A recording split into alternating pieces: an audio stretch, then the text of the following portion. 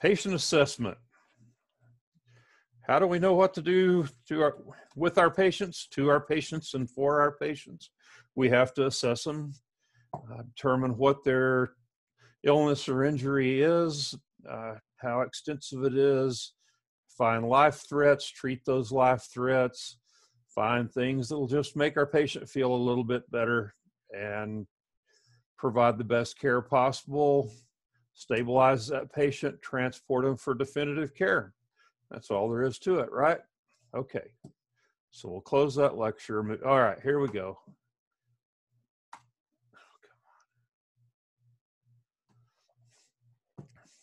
See, your book says it right there. Assessment is very important. I would take it further than that.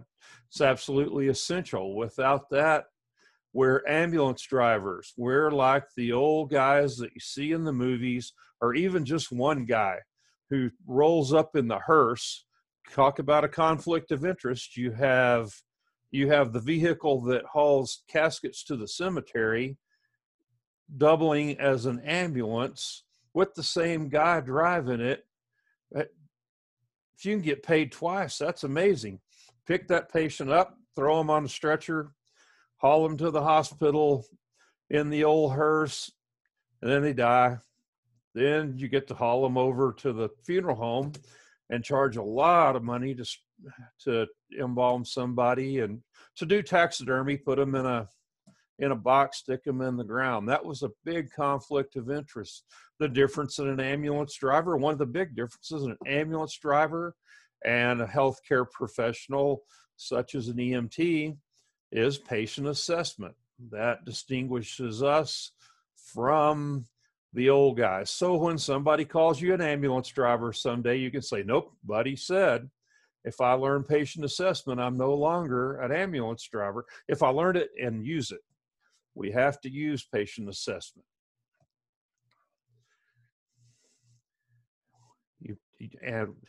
You have to master it too. That is important. That is not an immediate, I've got it right now, I'll know this forever and I'll never miss anything. It's not an immediate thing, as you discovered in lab last week. Kind of getting untracked and figuring out how to put your hands on a mannequin or a person and where to feel and what to feel for. We started you on that last week without having really the tools to do most of it, but we want to start getting that in your heads. We'll do it again tomorrow in lab. Tomorrow's called medical assessment. You don't have the knowledge base from this course at this point to do much with medical assessment. We'll incorporate a little bit of medical, but mostly it'll be a repeat of the other day. That's fine. As we work through our other labs and move further through the course, you'll be able to incorporate those steps and those tools in your patient assessment. And over the process of working through this course, you will master the basics of patient assessment. And when you assess your first patient in real life out in the world, you will feel a little clumsy. You'll feel a little bit timid. You'll be trying to remember all the steps. Why do we teach you the patient assessment algorithm? Why do we give you a way to work through assessing a patient? We want you to come out of this with a systematic way to approach and assess a patient.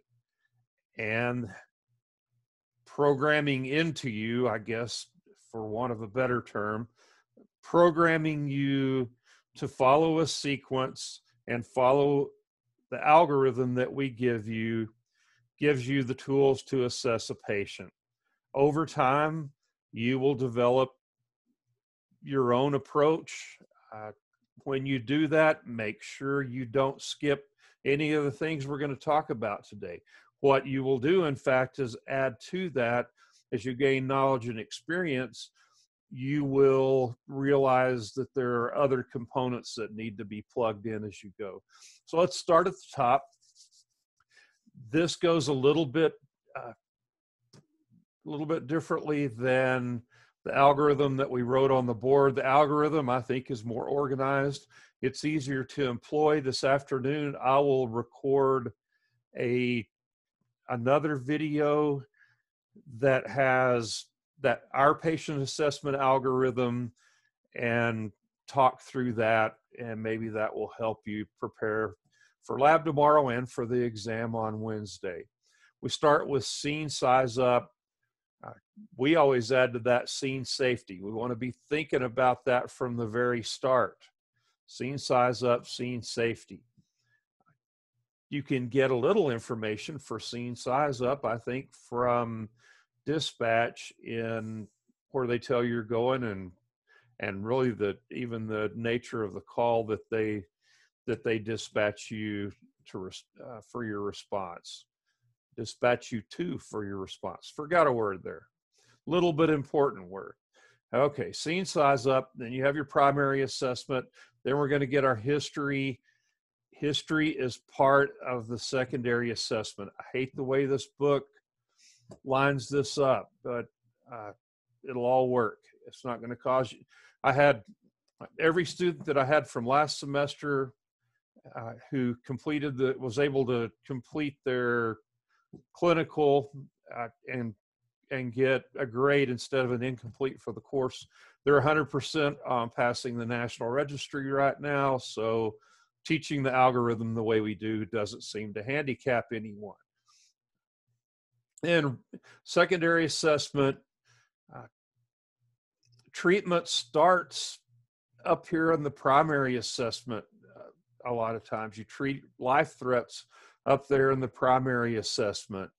Immediately get someone taking vital signs as you work through the rest of your primary assessment. Now we moved into secondary. Primary is going to include rapid trauma exam. Remember the question mark man from the board.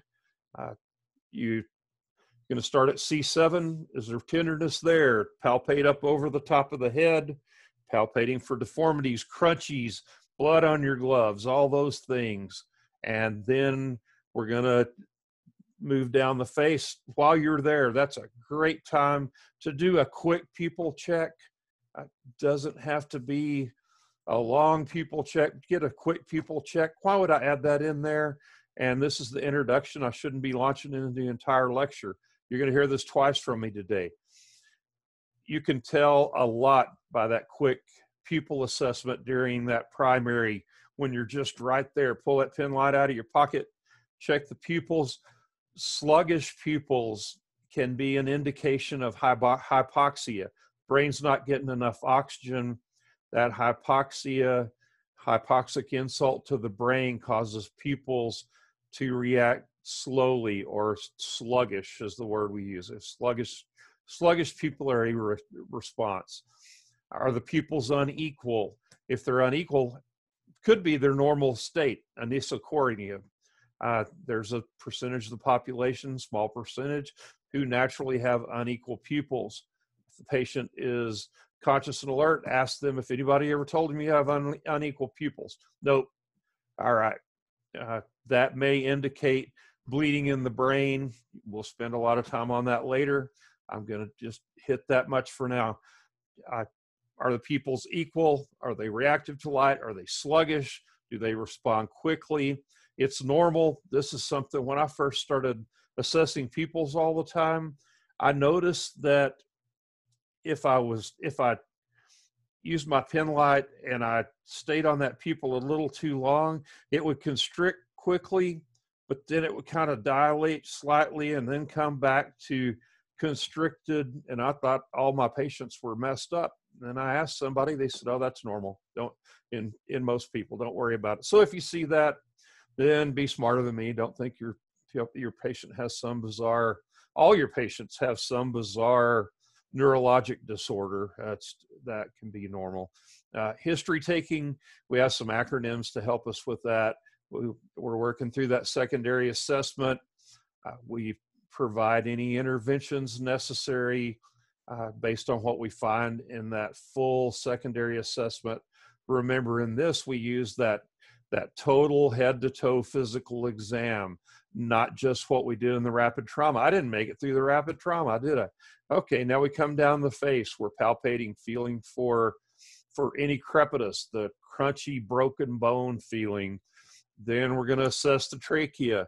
Is the trachea midline, going right straight up and down? That's midline. Remember that imaginary line that goes plane that enters through the top of the head and exits at the pubic bone. And then while we're on the neck, we look for jugular venous distension. You don't even know why yet. I'll teach you that later. It can be a very important finding. Or flat jugular veins. Those flat jugular veins, that comes from hypovolemia or your patient bleeding out. So that is an important thing to note. Either distended or flat jugular veins tell us a lot. Move down to the clavicles, palpate around the clavicles. Does it feel like Rice Krispies around there? That means there's air in the chest. That is subcutaneous emphysema. We look for symmetric chest rise and fall.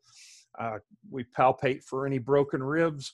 We do the karate chop, not really karate chop, the knife edge hand on the sternum and push in. We're assessing for a fractured sternum. Fractured ribs could also hurt from that. And then we look at the abdomen for distension, discoloration. We palpate, see if it's hard as a tabletop or it's normal, soft and supple self. Palpate 4 quadrants of the abdomen. Then we squeeze the pelvis, grab right at the greater trochanter on each side, put our hands on there. We push firmly in and slightly down. We're assessing the pelvis. We're assessing for a broken pelvis. If you feel crunchies, like that crepitus feeling, bone crunching across bone, or you elicit a big time pain response, stop pushing. Your patient likely has a fractured pelvis. Then we're going to palpate the femurs, do the alligator mouth, palpate down the femur from proximal to distal. So that would be from the articulation of the femur to the pelvis, down to the knee, one side, other. And we've done that rapid trauma. When do we get to assess the back? We'll teach you later. When we log roll that patient, put them on the backboard, that's our one shot at assessing the back. So what I always like to do, and people grumbled at me, I don't care. You get one shot at that. If you're going to put your patient on the backboard, when they have them log rolled up, take your trauma shears in a trauma situation. Take your trauma shears and make a cut up the back of that shirt, pull it apart so you can inspect their back, palpate their back quickly while they have them pulled up in the log roll, and then you can log roll them back down. That's also a good time to put a blanket between your patient and the backboard. It helps maintain body heat, which is very important in the blood clotting process to keep our patients as warm as possible. We'll learn a lot about that later. All right, we've made it through. That was primary. Okay, that was the rapid trauma. Secondary assessment, that's that full head-to-toe physical exam using that DCAT BTLS acronym. All right, now we're cool. We're bopping along, transporting our patient. When do we reassess? Every 5 minutes with a critical patient, every 15 minutes with a non-critical patient, or anytime there is a major change in our patient's condition. If that level of consciousness changes, we have to go right back to that primary survey, check to see if they have an airway. Are they breathing? And then we work back through that secondary assessment as our reassessment. And then anytime we're providing an intervention for our patient, let's pick one. Our patient's having an asthma attack. We give them a breathing treatment, which we'll talk more about on Wednesday. We give them a breathing treatment. We need to assess them before we're giving them that breathing treatment. We need to monitor them while we're giving the breathing treatment, and then we need to reassess afterwards. So we're going to reassess before and after interventions. All right, those are the times. Q 5 minutes or every 5 minutes with a critical patient, Q 15 with non-critical, then any major change in our patient's condition, and finally before and after any intervention. We don't work off of one symptom in providing treatment for our patients. We need to fully assess them. If we just work off of one symptom, or if we go strictly off of the initial chief complaint and we don't fully assess our patient, then we call that tunnel vision. Very dangerous. Let's talk about what symptoms and signs are. Symptom, that's subjective. Subjective, what your patient tells you about how they feel. Information your patient tells you, that would be a symptom. Signs, you observe. So that's objective.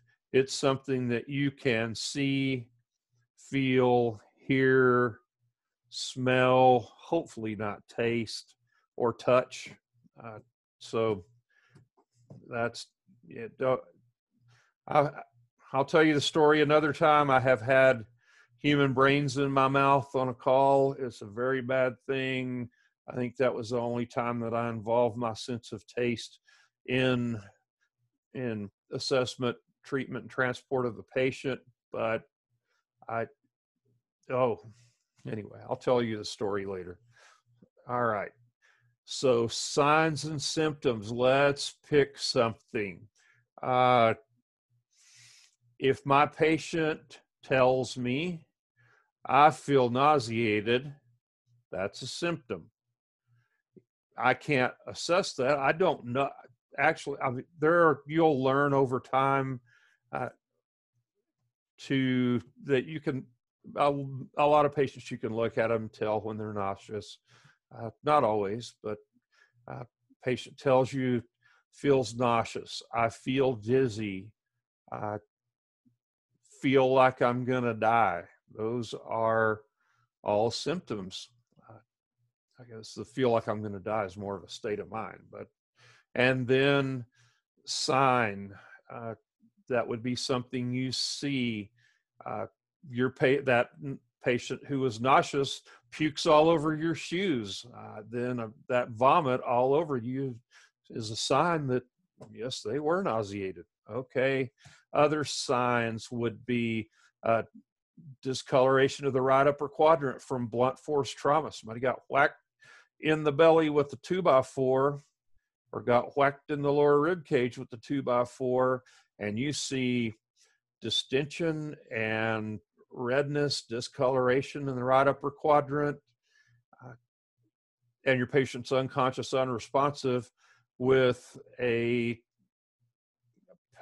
palpable blood pressure of 40, then that might be a sign your patient's going to die, right?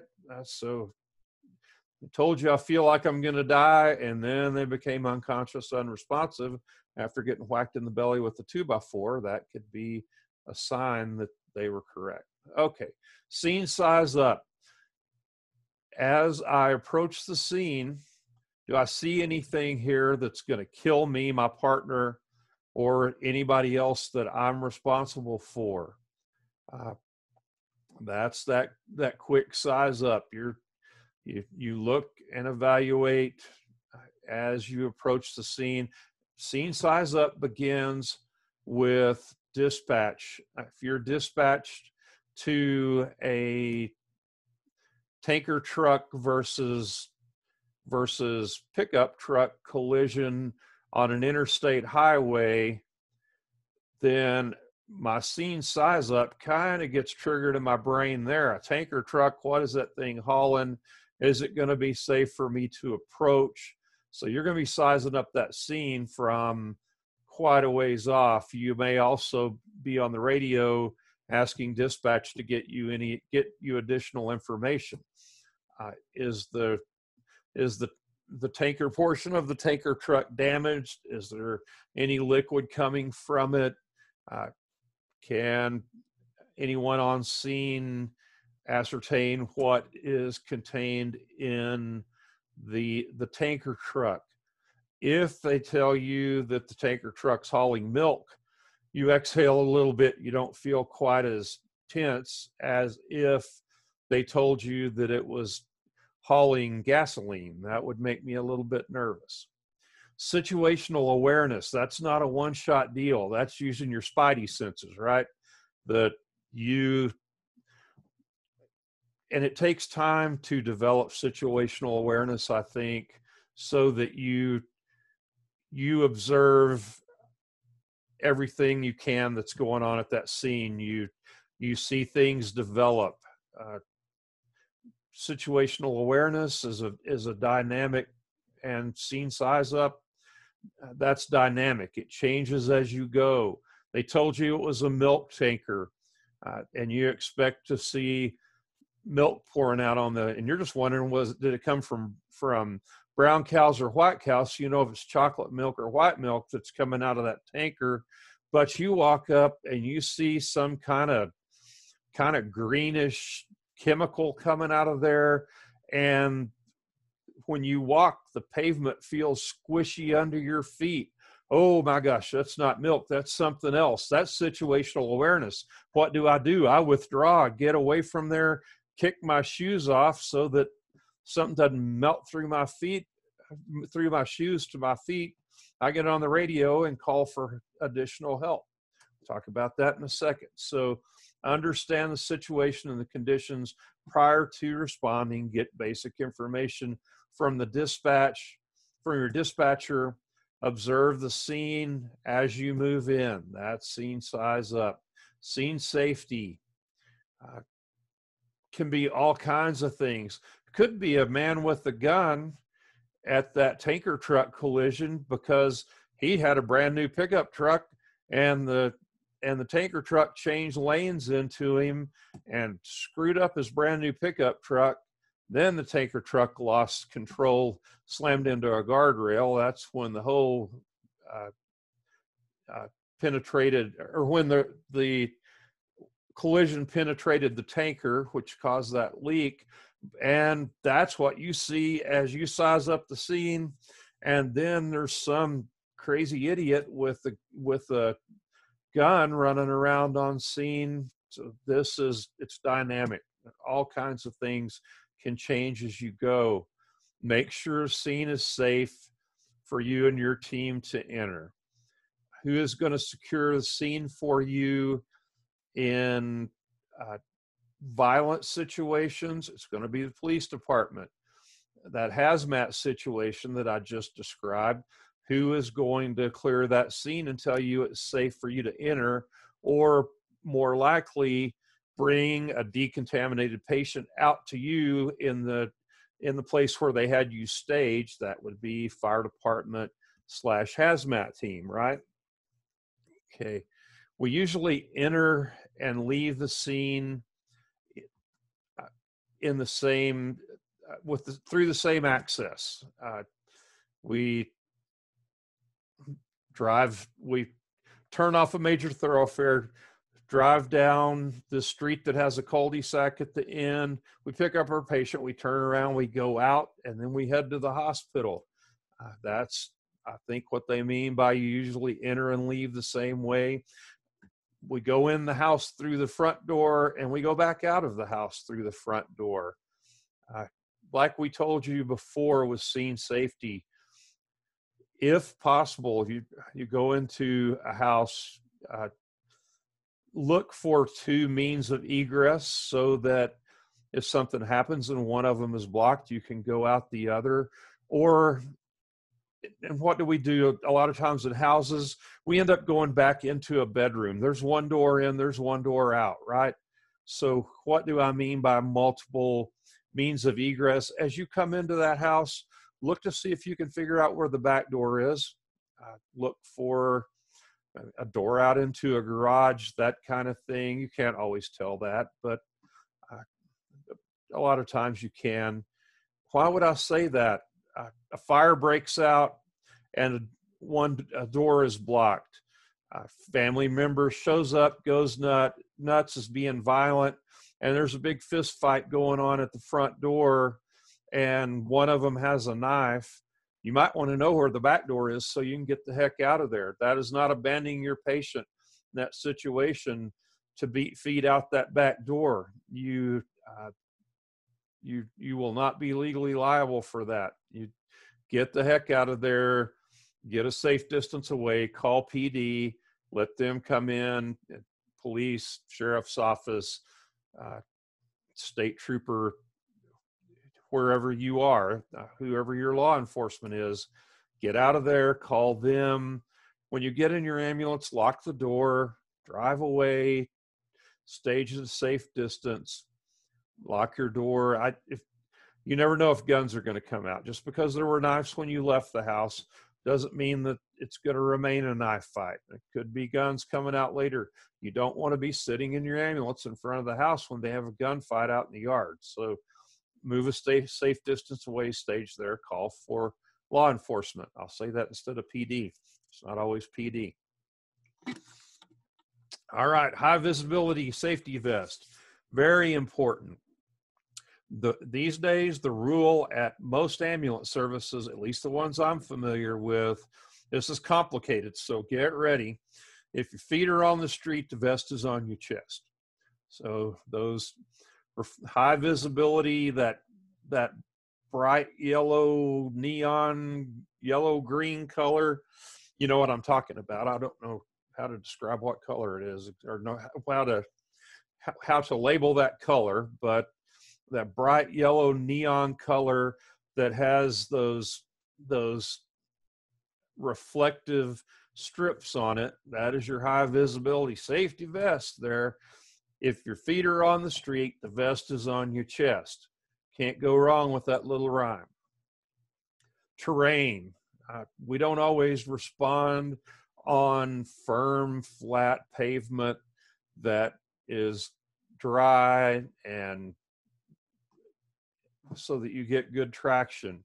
There are times that like here, this looks like somebody ran off the road and had a big crash. No, that's wrong. It looks like something happened way up this hill over here. We don't know what's above, but this is a Stokes litter, or it's a search and rescue type stretcher that anywhere from 4 to 6 people carry. They have this patient in the Stokes litter headed down this steep incline. That's not the same as moving a patient on flat, dry ground or flat, dry pavement. So be aware of the terrain. If you say you're like me and you have a messed up back and hip, probably need somebody else grabbing a handle on that Stokes litter. It would not be safe on an incline like that for me to be someone who has a handle on that Stokes litter, or Stokes basket, Stokes litter, same thing. Traffic, that's a biggie. Where do you position your vehicle? And in your all-day Saturday class on July 25th, you're going to learn more about that. But initially, if you're motor vehicle collision, the best thing you can do, and this gets more specific department to department, etc., but the best thing you can do is use your ambulance to block oncoming traffic. So upstream of traffic flow from the car accident, initially, that protects you on scene. Let's say there's already a fire truck doing that when you get there. What do you do so that you're protected as you load the patient? if that scene's already protected upstream with a police car or fire truck blocking upstream, you pull around downstream from the wreck so that as you extricate and load your patient and then load them into the back of the ambulance, you have protection upstream from where you've positioned your ambulance so that there's no immediate risk of somebody slamming into the back of that. It happens all the time. People, they're texting, they're drunk, I don't know, they're eating a barbecue sandwich. I don't know what they're doing.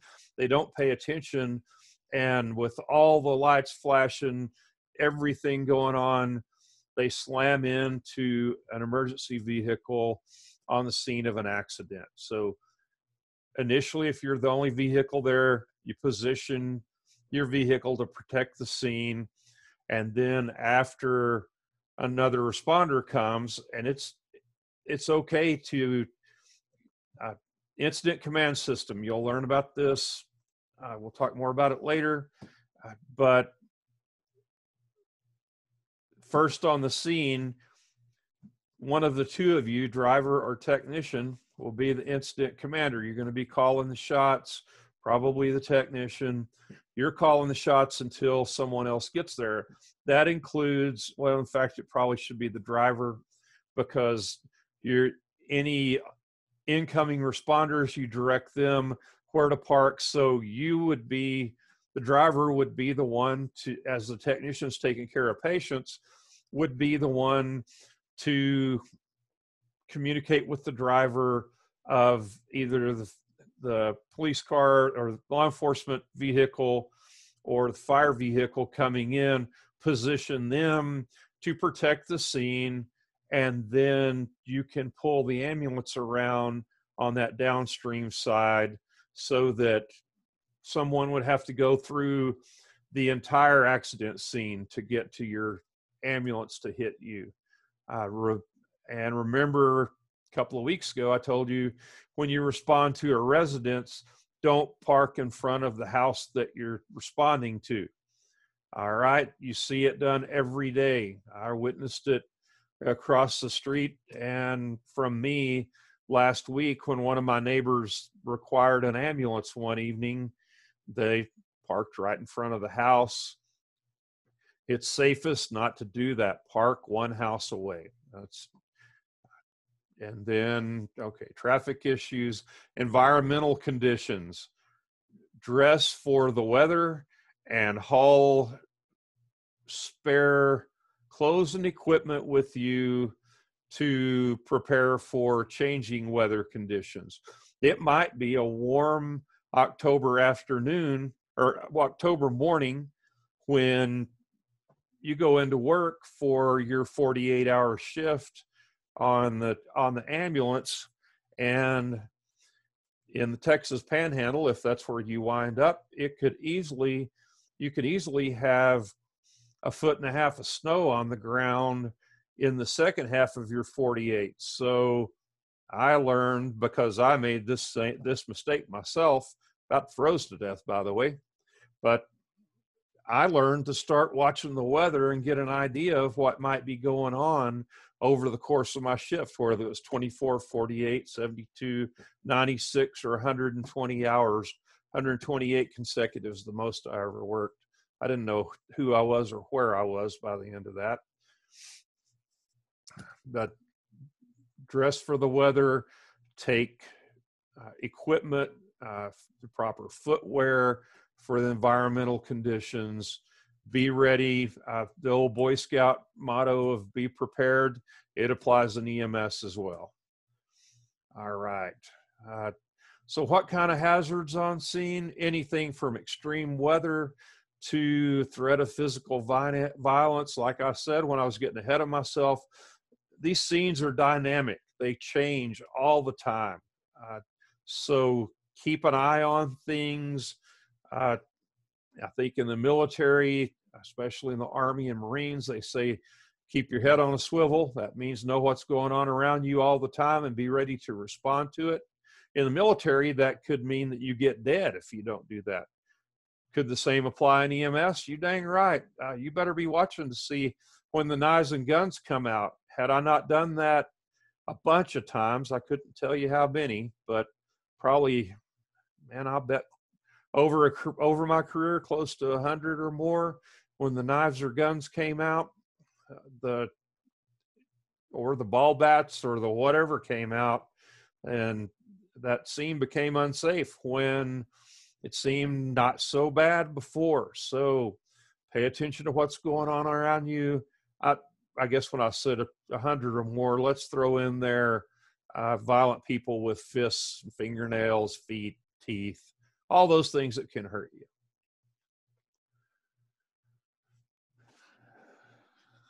Okay. Remember, we had on that acronym NOI or MOI, nature of illness, mechanism of injury. Mechanism of injury, that we use that in trauma, right? So mechanism of injury, what was the type of force to our patient? How long was it applied, and where was it applied? So back to my example of someone whacked in the belly with the baseball bat. That is blunt force trauma, right? How hard did they swing? I don't know. There is a heck of a mark on the abdomen. Somebody knew what they were doing with that baseball bat. How long was it applied? Well, hit somebody with the ball bat. I don't know how long that stays applied. A second maybe, or less. Less than a second probably. Where was it applied? In my little scenario earlier, is right upper quadrant. Oh man, I'm worried about that liver, right? Remember, right upper quadrant liver. Okay. Just because, and I'm going to say this now, and you're going to see it again in just a minute, but medical situations can lead to trauma. Trauma can trigger a medical situation. What's an example of trauma triggering a medical situation? High school kid, parents buy him a brand new truck, and he's texting and he rear ends another brand new pickup truck on the access road, and that other vehicle was stopped at a red light. Kid with the brand new truck was going 60 up the access road, texting his friend because it couldn't wait. It was important. Had to, where are you? The mall. Okay, bam. That's 60 mile an hour rear impact. The kid's not hurt, but he has a history of asthma, and the stress of that situation triggered an asthma attack. So trauma triggered asthma. So you need to assess him for any injuries related to the trauma of that impact. You also need to assess and treat for the medical condition. Or diabetic lady driving down the freeway in her nice new Mercedes convertible with the top down. She's a diabetic. She took her insulin. She didn't eat breakfast. She was going to grab something to eat as soon as she left the house. She got a call from work, and she had to hurry and get to the office because something major was happening. And she takes off driving down the freeway, and she becomes disoriented, confused, and that causes her to have a car accident. So you can often have a medical problem and a trauma problem concurrently. Okay.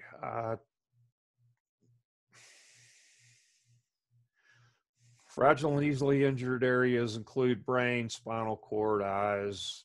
It's kind of strange that they threw that in there. Okay. Blunt force trauma, the force is spread over a broad area. When we go through the trauma overview chapter, we'll spend a lot of time on this stuff here, so I'll just touch on it now. Blunt force trauma, the skin isn't broken. but as that force spreads through tissues and organs, they can be damaged, and that can, in fact, kill our patients. So blunt force trauma is a big deal. Penetrating trauma, it makes a hole, right? Knives, bullets, nail guns. What else have I seen? Garden rakes, rebar, all kinds of stuff penetrates the body. You don't need a laundry list of things Buddy has seen. I've forgotten most of them. It all runs together over time. That's just the nature of I guess I'm an old man. I started to say that's the nature of the business. The more you see, the less you remember, but I don't know that's my problem. Okay. Long term, that open wound has a high potential for infection. In our world, that open wound has a high potential for massive bleeding that can kill our patients, and we need to assess them to determine if that penetrating trauma, that puncture, that hole in them is going to kill them. Okay.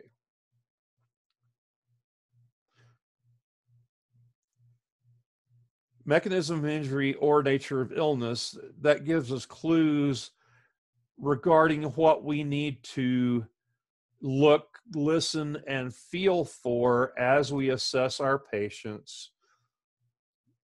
Just because it's a medical patient doesn't mean that we don't still need to look, listen, and feel as we do a complete head-to-toe assessment of that medical patient. Your book gives you the idea that if it's medical, then we don't get as excited about doing that full head-to-toe physical exam, that we need to just more focus in on that nature of illness, what their chief complaint is. I have a 2-word response to the information in your book in that instance. Bull crap. 2 words.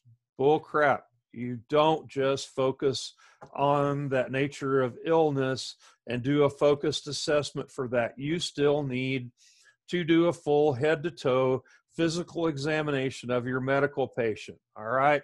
So I said it, it's recorded. Bull crap is my response to what your book says in this instance. Once you've done a head-to-toe physical examination of your patient, then you can do a focused assessment of what the heck's wrong with them, we might say in Texas. What you have narrowed down to be their medical issue and the affected body system, then you do a focused assessment of that, but you have fully assessed your patient before that. And that involves that head-to-toe physical examination. We get information from the patient, usually, sometimes from the family. Pediatric patients, we ask them questions and talk to them, but we also talk to the family or the caregiver at the same time. It could be a babysitter or school nurse or teacher, scout leader, whoever, coach. And then sometimes we're stuck just trying to get information from bystanders. The vehicle that runs off the road and runs into a big light pole at a busy intersection. Fortunately, it missed everybody. I don't know how in the heck that happened. If there are bystanders who saw that happen, what is a logical question to ask? Did he appear to be conscious or unconscious when he came flying through the intersection and hit the pole? Looked like he was totally out. He was unconscious when he came through the intersection. Oh man, we need to look for a medical reason that might have caused him to run off the road and hit that light pole. My quick go-to on that is to get a blood glucose level. We'll work that in as we go. Okay. unconscious person ran into that light pole, and there weren't any bystanders who saw it, but you notice a fruity odor on the person's breath. Could be alcohol, it could be ketones from, and when would a person be exhaling ketones? We'll do diabetic emergencies in a couple of weeks, I think.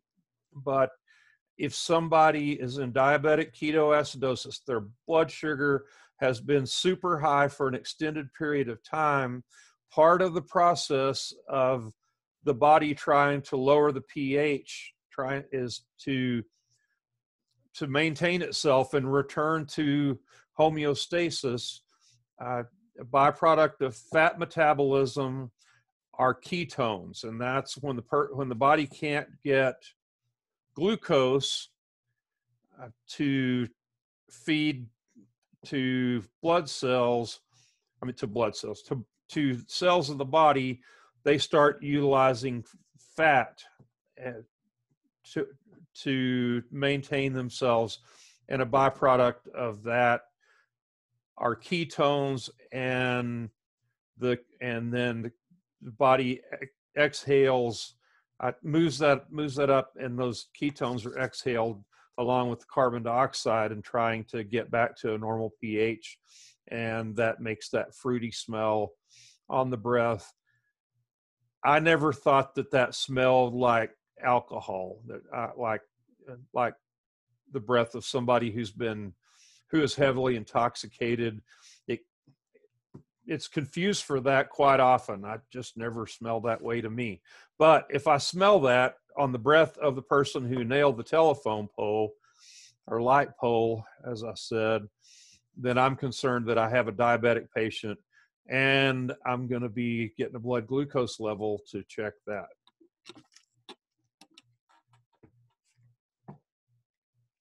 Multiple patients, let's add that to our primary survey. Is this my one and only patient, or is there a chance there are multiple patients?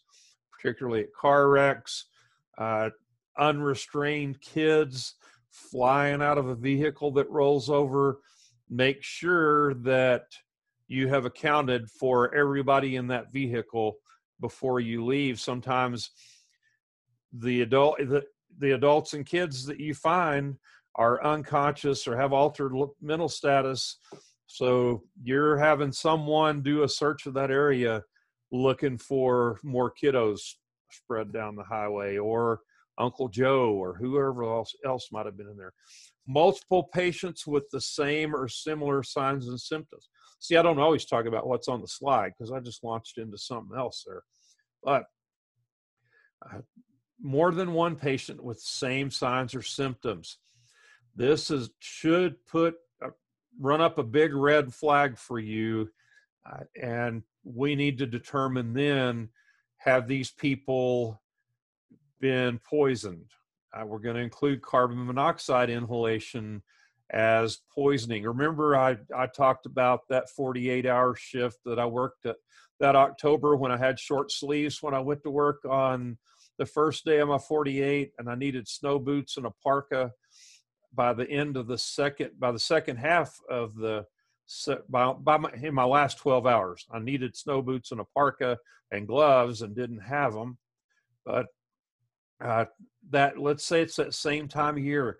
What in our part of the world, what do we do sometime in October? Usually we have to fire up the heaters in our house, and an improperly working furnace that doesn't completely combust the natural gas that comes in, well, there's always, and then if it's not properly ventilated so that after the gas burns up, that the carbon monoxide gas that's liberated or is a byproduct of the combustion of the natural gas, carbon monoxide, if it's not well ventilated, that can start to build up, and it can be pumped throughout the house by that HVAC unit, and everybody in the house starts breathing carbon monoxide. We were dispatched for somebody with a headache. We get there and find out that everybody in the house has a headache. They're nauseous and disoriented.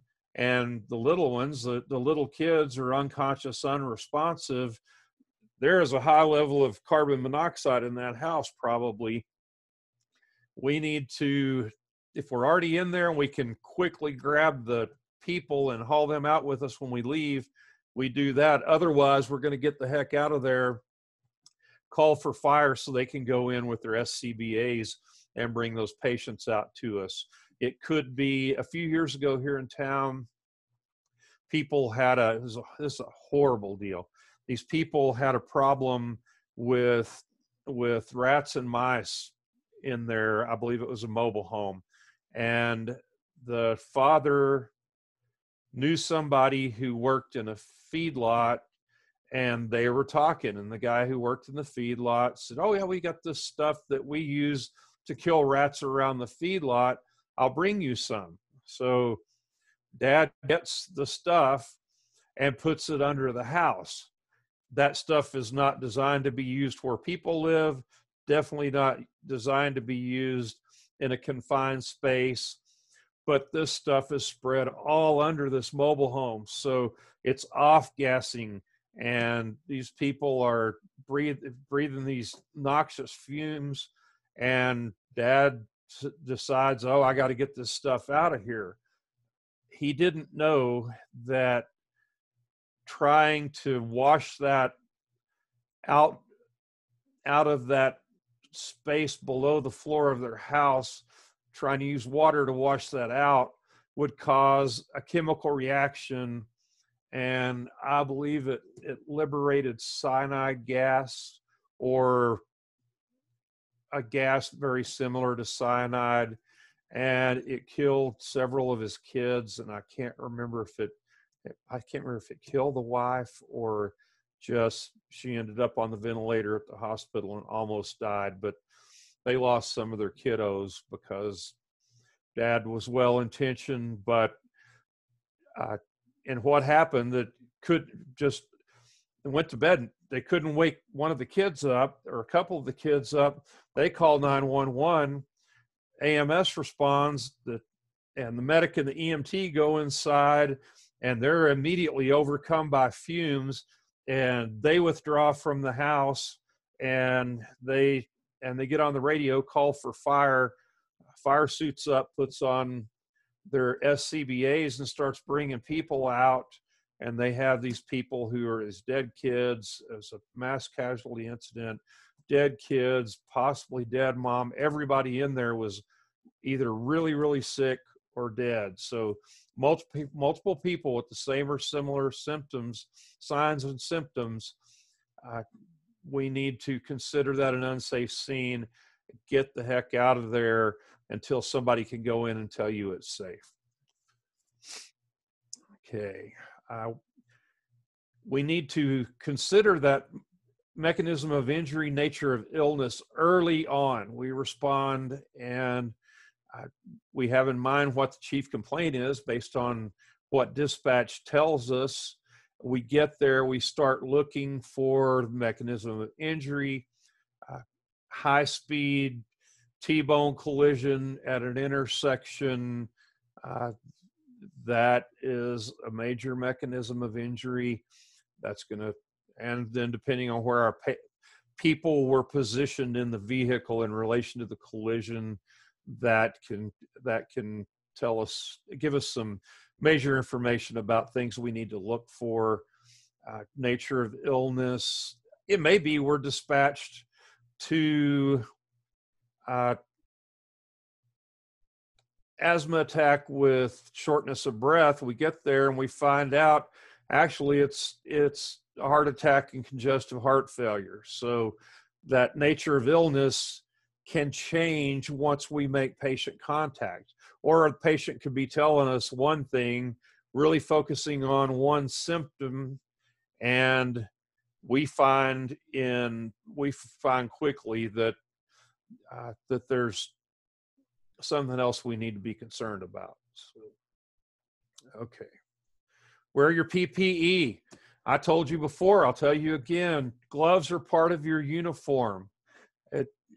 With any patient contact, we don't go in barehanded. So when you go do your clinicals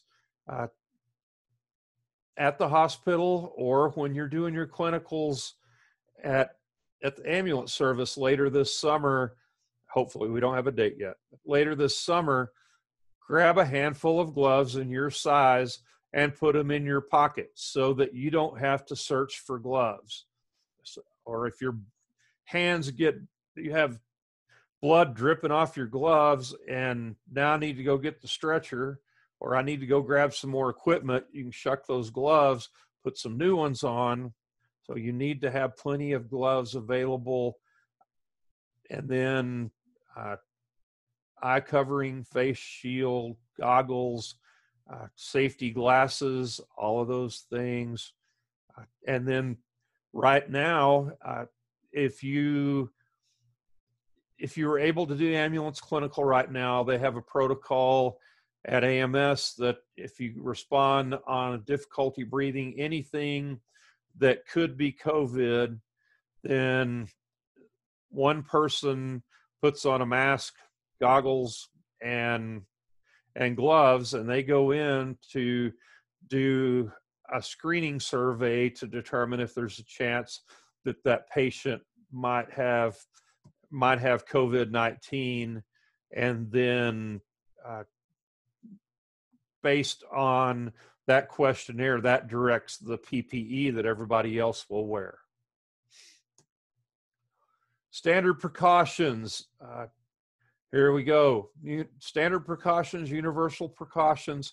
If it's wet and sticky and it ain't yours, wear PPE before you deal with it. So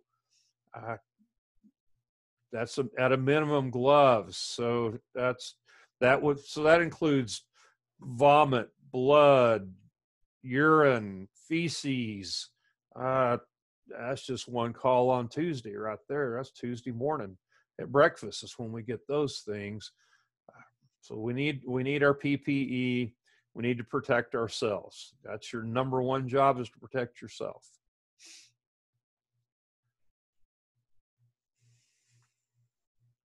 Okay. Then here's where I got ahead of myself, but it doesn't hurt you to hear it twice. It's not even disorganization. It's just rushing, because I have so much information to get through today and so little time to do it. Scene size up. We need to determine that total number of patients. And then as we make patient contact, let's say it is one vehicle rollover and the driver is still conscious and alert, can talk to us. Were you alone in the vehicle? Was there anybody else with you? That T-bone collision in the intersection, were you alone? Was there anybody else with you? It could have been somebody else in the vehicle. They had a warrant for a traffic ticket and knew it.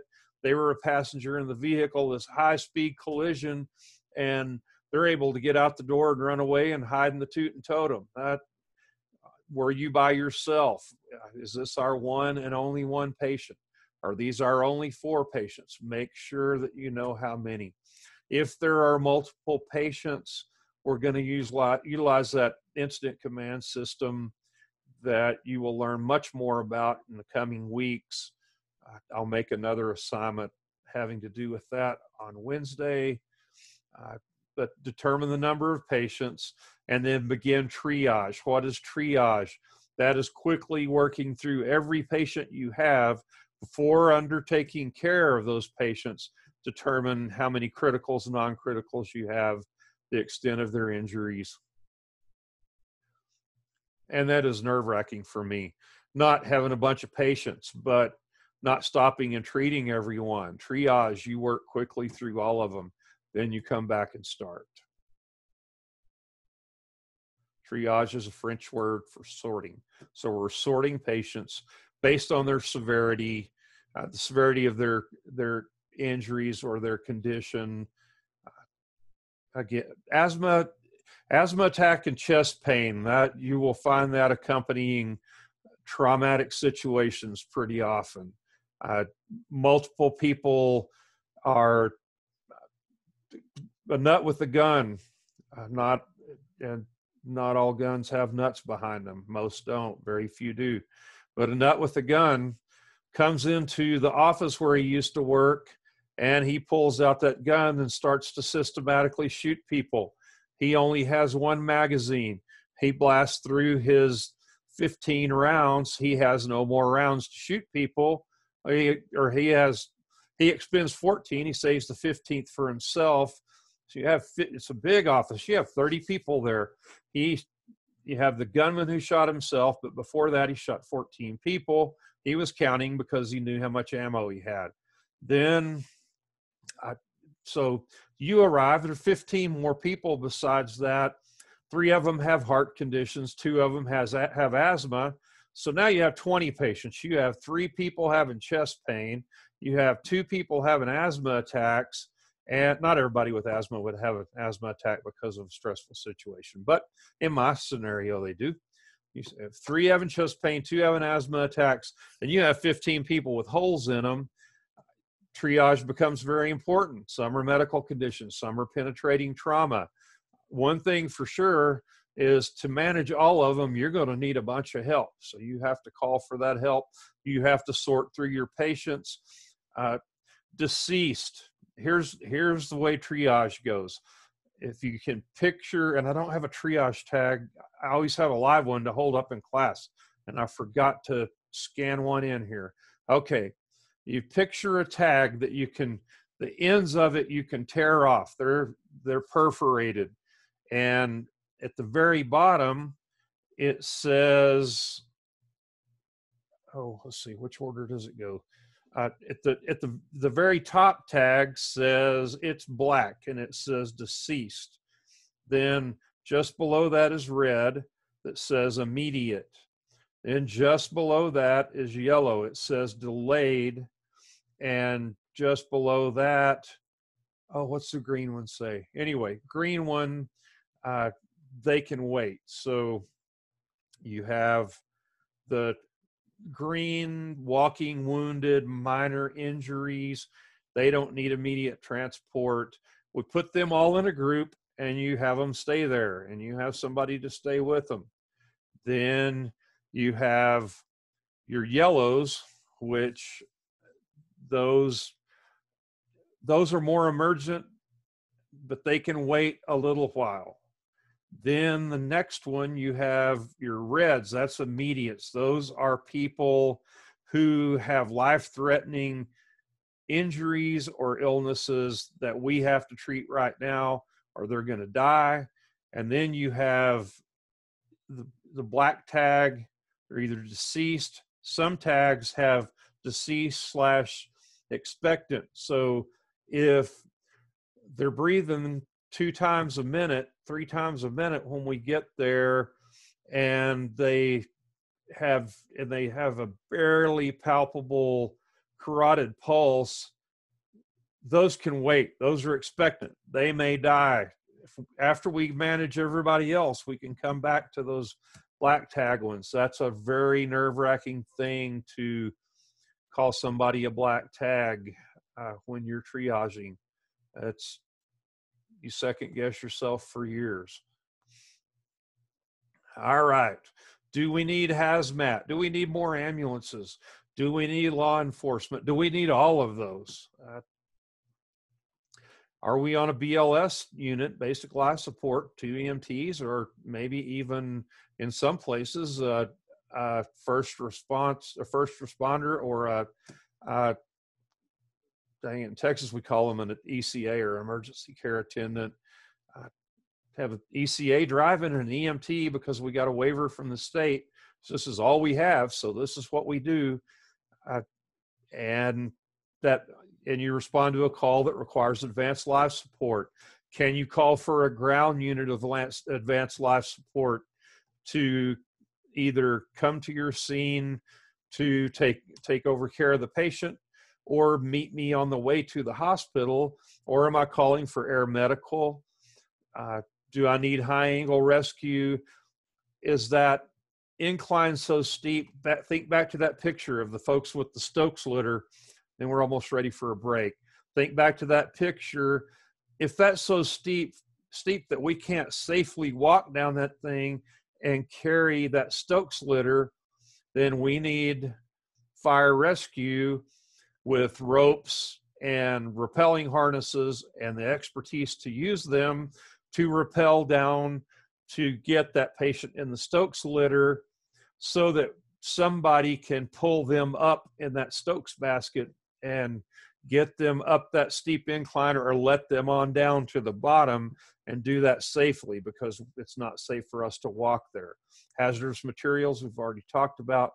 Fast water rescue or water rescue in the lake, we'll talk a lot more about that at the end of the semester, but it's not safe for you to just jump off in that lake and start swimming out in your uniform to try to save that kid who is floating in the water face down. That's you need assistance.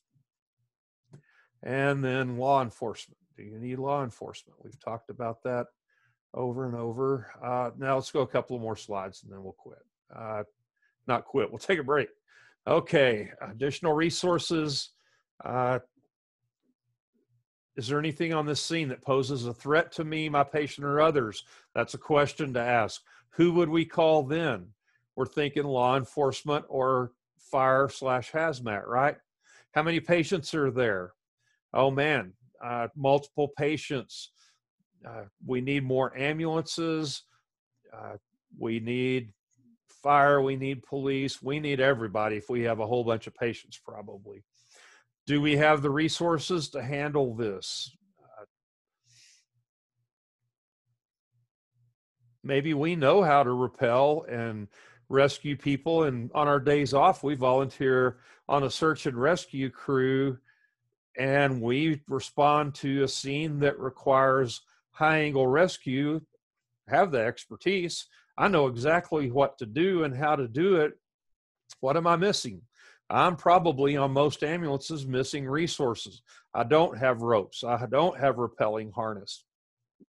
I don't have a Stokes litter to move my patient with. So I need resources, right?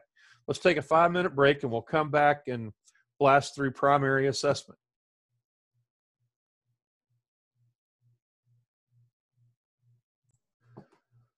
Primary assessment begins when you greet your patient. How do we greet our patient? I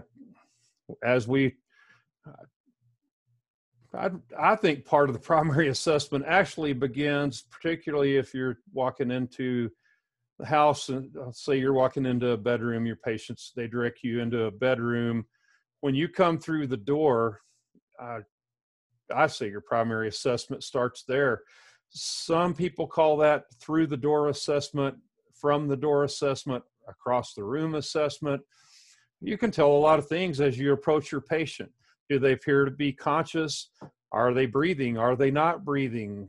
Do they look like they're in distress? They look like they're kicked back and chilled out and wondering why the heck somebody in a uniform showed up in their bedroom. All kinds of things are possible. So start that primary assessment before you even get to your patient. As you approach your patient, then we walk up. Hi, what's your name? My name's Jim.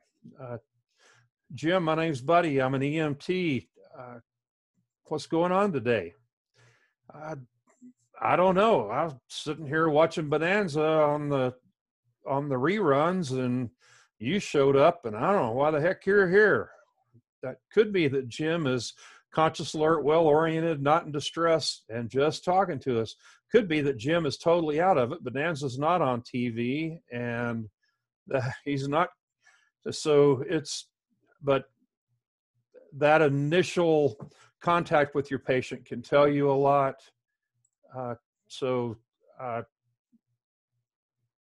What's your name? And at the same time you're introducing yourself, almost all the time, you're going to immediately go ahead and grab bilateral radial pulses And we're not counting the pulse at this time. We're grabbing bilateral radial pulses. That tells us several things as we're talking to that person. I can feel that, yes, there are bilateral radial pulses. They're very strong. They're don't feel too fast, don't feel too slow, or they're barely there and they're really fast. Oh, this could be a problem. Or it's irregular and seems to be really slow. That's the kind of thing you're looking for. Grab bilateral radial pulses. If they have a radial pulse, the old rule of thumb, and I'm going to teach you later in the semester that this old rule of thumb isn't exactly right, but we're going to use it for now. If they have a radial pulse, that should mean that they're perfusing their kidneys. And the old rule of thumb was their systolic blood pressure was at least 90. That's close enough for now. How about that? Okay. So they have radial pulse. They're perfusing their kidneys. I feel a little better there. We ask them, what's your name? They tell us, if his name's not Jim and he says Jim, then maybe there's another problem we're worried about. Then we work on through our primary assessment. If they're talking to us, they have an open airway. Yes. They're breathing. You can't talk if you're not breathing. You can be in distress and have difficulty talking. If you're having difficulty breathing, you could still talk. But just for a quick assessment, if they're talking, they have an airway and they're breathing. If they have those radial pulses, circulation is taken care of. If we don't suspect that they have a C-spine injury or any sort of neurologic deficit that goes along with what we're seeing, the D, the disability, we don't have to worry about. And then E, exsanguination. Oh, I put that in the wrong place, didn't I? Exsanguination is bleeding out. In pre-hospital trauma life support class now, they use an X instead of the E for exsanguination.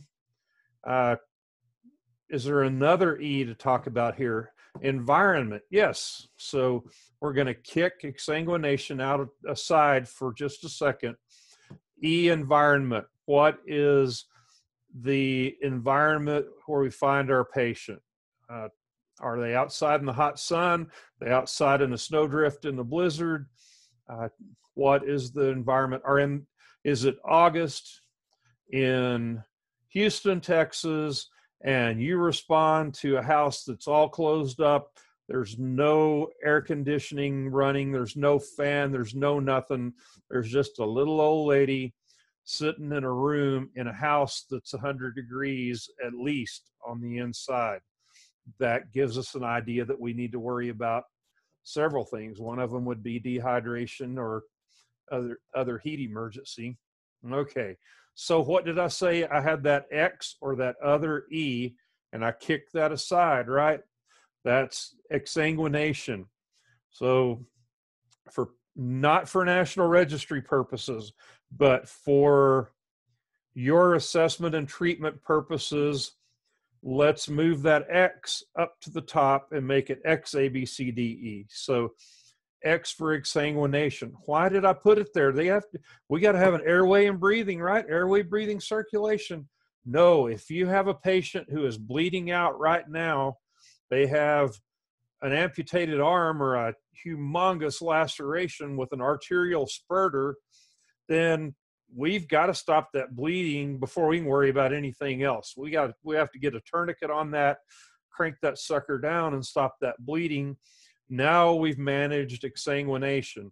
Then we can move on through ABCs. I believe your book under C, I teach so many different classes, it gets hard to put all this together sometimes. I apologize. I think under C for circulation is when your book talks about your patient bleeding out, or it may flip it to circulation, airway, breathing, like in CPR, and include the bleeding out there. But I like the X, A, B, C, D, E. So deal with someone who's bleeding out, deal with it right now, then you can move on. You have to have red blood cells with hemoglobin on them to transport oxygen around the body. So you have to conserve those red blood cells before that oxygen that you're providing for your patient does any good. So that's why we deal with the X first. Level of consciousness. Are they conscious? Are they conscious and confused? Are they unconscious? We'll hit that in a little more detail in a second. General impression. This is really important, and we can boil this down real quick to, is my patient in a trauma situation critical or not critical? Is your general impression as you approach your patient, does this patient look like they are in distress and about to die, or they standing beside the car smoking a cigarette talking about how that idiot rear-ended them? That general impression, critical, not critical, sick, not sick. You hear used in medical situations. Sick, that's the same thing. Are they so sick that they're FTD, fixing to die? That's not a proper abbreviation. Fixing to die, we understand here in Texas. So are they fixing to die, or are they not fixing to die? That would be sick, not sick. All right. We're all going to die eventually, but life is a self-limiting condition one way or another. Okay. The very beginning of your primary assessment, you will learn to make that determination of critical, not critical, sick, not sick. That can change. You can think they don't appear critical right off the bat, and then as we work through our assessment, we determine otherwise. But that is the determination. Critical, not critical, sick, not sick. Age, sex, race, level of distress, overall appearance. Looks pretty good, don't look good at all. That'd be the other range for Texans, right? Okay. Patient's position, what does that mean? Is your patient sitting bolt upright in a chair in the living room with his hands on his knees, leaning forward, using accessory muscles to breathe? Sitting upright, leaning forward with hands on the knees, that's that tripod position we mentioned the other day. Oh, when I see him from across the room, I'm thinking this guy's in respiratory distress, right? Okay, that's what we mean by patient's position. Don't stand over the top of your patient and look down on them. You need to get down eye level, make eye contact, address them by name. If they're older than you, let's go with Mr. and Miss, unless they want you to call them by their first name. Introduce yourself, ask about the chief complaint. That's what's going on today. That's close enough for right off the bat. And then we're going to ask more specific questions. Or they tell me you're feeling bad today. Can you tell me something about that? I'm having trouble breathing. Oh, I can't breathe. Okay, gotcha. You can breathe a little bit, but you're in distress. Don't argue with them like that. We can be right and not gloat about it, right? Okay. And then assess and address life threats immediately. Find it, fix it. Don't move on till it's fixed. You may stay stuck in your primary survey plus vital signs and a rapid trauma assessment. You may be stuck there and never make it through that whole secondary survey. Are you negligent if you do that? No, you've found a life threat and you can't manage it.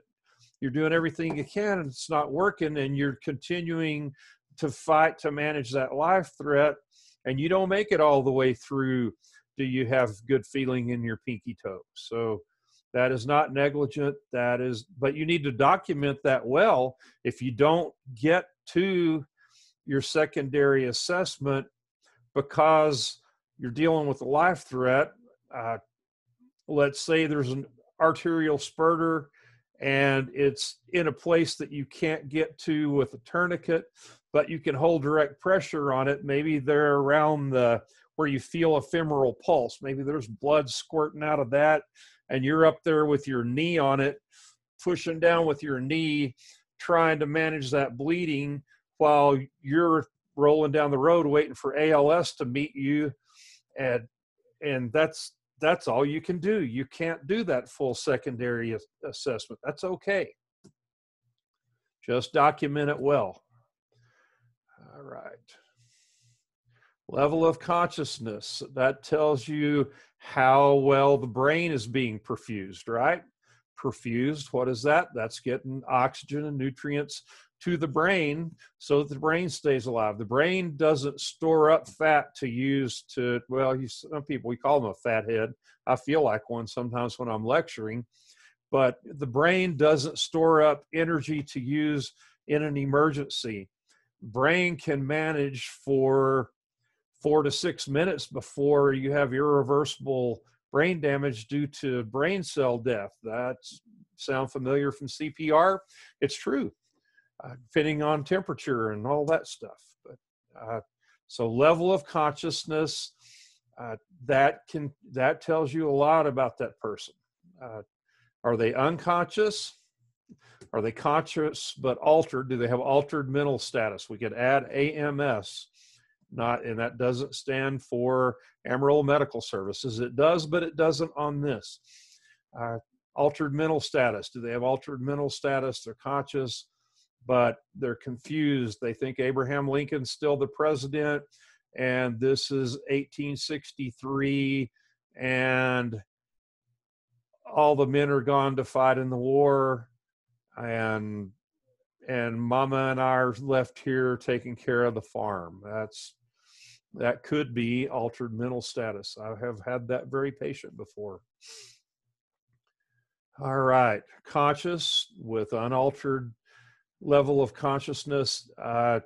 Sometimes you'll hear that called conscious and alert times 3, time self in place. Hear it as conscious, alert, well-oriented. Different geographic regions call that different things. Different ambulance services call that different things. But conscious, alert, well-oriented, well, that covers that. Okay. If your patient's unconscious, let's get in there and figure out if they have an airway, breathing, and circulation. And then we need to do something. And then we determine, oh, they look like they're in cardiac arrest here. Yep, they don't have a carotid pulse. They're unconscious, unresponsive. Then we go to circulation, airway, breathing. So slight switch there. If they're unconscious, they remain unconscious. And what's the logical follow-up question? Is he always like this? Or is he usually conscious and interacts with you? Important question. If this is abnormal for this person to be unconscious, unresponsive, we need to assess their respiratory, circulatory, and central nervous system quickly. How do we do that? We're going to do our ABCs.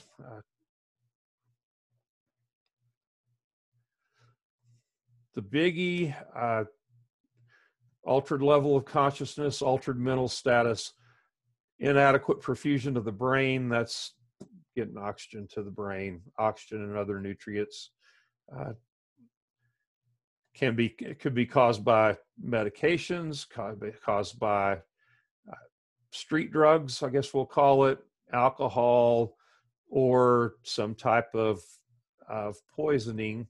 Those could all cause altered mental status. So now we're going to assess the level of consciousness of our patient. Are they awake, alert, and appropriate?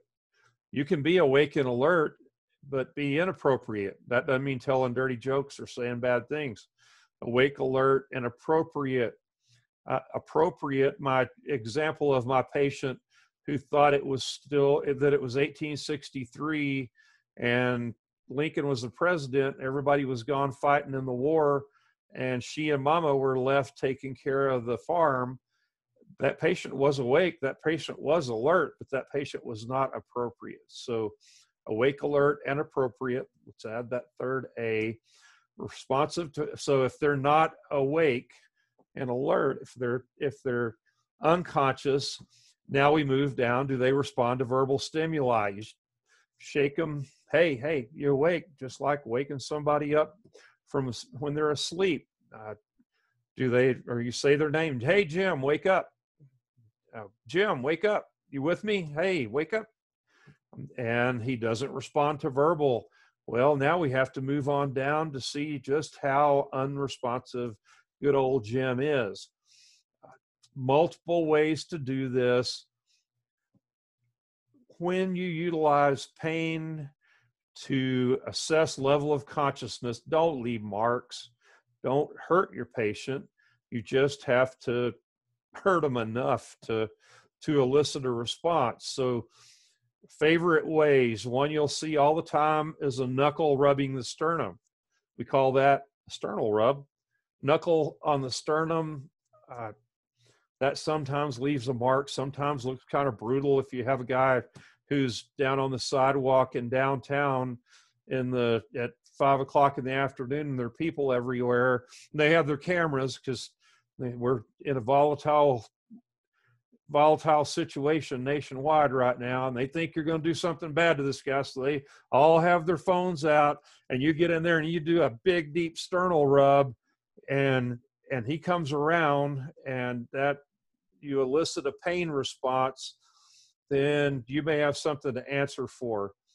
My favorite is a trapezius pinch up here on the shoulder, because you can look like you're putting a reassuring hand on your patient. This depends on the size of your hands too. I have big hands, but you looks like you have a reassuring hand up there, and you can squeeze that trapezius muscle. And if you've ever had that done to you, or you do it to yourself, it hurts, and it can elicit a pain response in an unconscious person. So what is the last one in AVPU? Unresponsive, we do a trapezius pinch, or we take an ink pen and put it across the nail bed on somebody's finger and squeeze that down. Do that to yourself sometime take your pen and put it on your finger like that and push down, and it hurts like crazy. So you can use that. That doesn't look too brutal for all the folks with their dadgum cell phone cameras videoing you. What's the best thing to do in that situation where you have that unresponsive person on the sidewalk in downtown in a busy afternoon? Get them in the back of your ambulance, and that maintains their privacy. That provides a more safe environment for you. How do we make that environment even more safe? We lock the doors of the dang back of the truck. Well, what if the cop or the fireman needs to get in there to talk to us? They can bang on the door, and we can look and see who's there and let them in. But in the back of your ambulance with the doors locked is the safest, best environment. I'm going to throw it's not my war story, but I will throw a war story in here to make a point. There was I believe it was in Fort Worth, Texas. This has happened multiple times. The one I know about was in Fort Worth. There was a fight in a park, and it was this is the old days when bikers weren't doctors and lawyers and EMS professors, back when bikers were known to be rough dudes. And in Fort Worth, there were two different motorcycle clubs, gangs, whatever you want to call them. They had a fight in a park, and the guy was shot in, I think that the bullet it was way to the lateral side, and it just went through fat. It didn't even penetrate into the abdomen. And the guy who was shot was doing great. And they had him in the back of the ambulance. This is in the afternoon. The back door of the ambulance opens, and a guy steps up into the back of the ambulance just at the foot of the cot. If you can paint that mental picture for yourself. And the guy who opened the back of the ambulance said, "Hey, is he going to be all right?" And the medic, who was seated at the head of the stretcher said, "Yeah, it looks like he's going to do fine." And immediately the guy at the foot of the cot pulls out a pistol and said, "I meant for the MFer to die," and popped 3 rounds right into the chest of the guy on the cot. Fortunately, the ones that were a through and through shot didn't hit the medic, but you went from having a guy who needed a ride to the hospital, clean up a wound, to give him some antibiotics and a tetanus shot and sending home, to somebody who was in traumatic cardiac arrest from penetrating trauma, and an ambulance crew in the back of that truck who could have easily been killed themselves. I'll tell you, okay, this is a good place to throw this in. I don't know if I've told you this yet or not either, but I ran a call, and this guy was taken into DPS custody on scene. And it was a big enough deal that, and usually a lot of these DPS troopers don't have a partner, but there was a partner in this particular call, and that partner was going to drive the DPS trooper's car to the hospital, or anyway, one of the DPS troopers was going to ride to the hospital in the back of the truck with me. So I did not say, like I did the rest of the time when somebody was in custody and handcuffed, I didn't say, have you searched him? So I'm seated at the head of the cot, rolling down the road. I give radio report. I hang up my radio handset, and this guy, he's cuffed in the front. DPS trooper is in the back corner of the box, seat belted in. The guy leans back, sticks his handcuffed hands down his pants, and pulls out a pistol. I just reached over the head of the cot and pulled his hands up, so he's pointing straight up, and I'm trying to get the gun away from him, because that's what you do, I guess. Just seemed like the natural response to me. And the DPS trooper is belted in, but he's kind of excited for some reason, and he's jumping forward, trying to get up, but he's seat belted, and he has his hand on there were revolvers back then, and he had a break front holster, had his hand on his pistol, pushing forward, trying to get his gun out, and he couldn't because he was all seat belted up and couldn't move his gun forward to get it out. And I'm laughing my butt off, holding this guy's hands with the gun pointed to the ceiling of my ambulance, and I eventually got the pistol out of his hands. And the DPS trooper was unhappy with me for laughing, but I thought it was, at the time, one of the funniest things that I'd ever seen. Both of us could have easily been shot. So somebody in law enforcement custody, before you put them in your ambulance, ask if they have been searched. Make sure they've been searched. You don't want a surprise like we had that day. Okay, that was way off topic, but I don't want you to get killed out there. So awake, alert, and appropriate, that's A. Only responds to verbal, or takes a verbal stimulus to respond. They're not as unconscious then, right? That doesn't work. Jim, wake up, wake up. Jim doesn't wake up. Now we have to elicit some sort of pain response to see if good old Jim wakes up. We do that trapezius pinch. Jim doesn't flinch. So Jim is unresponsive. So we work down through AVPU.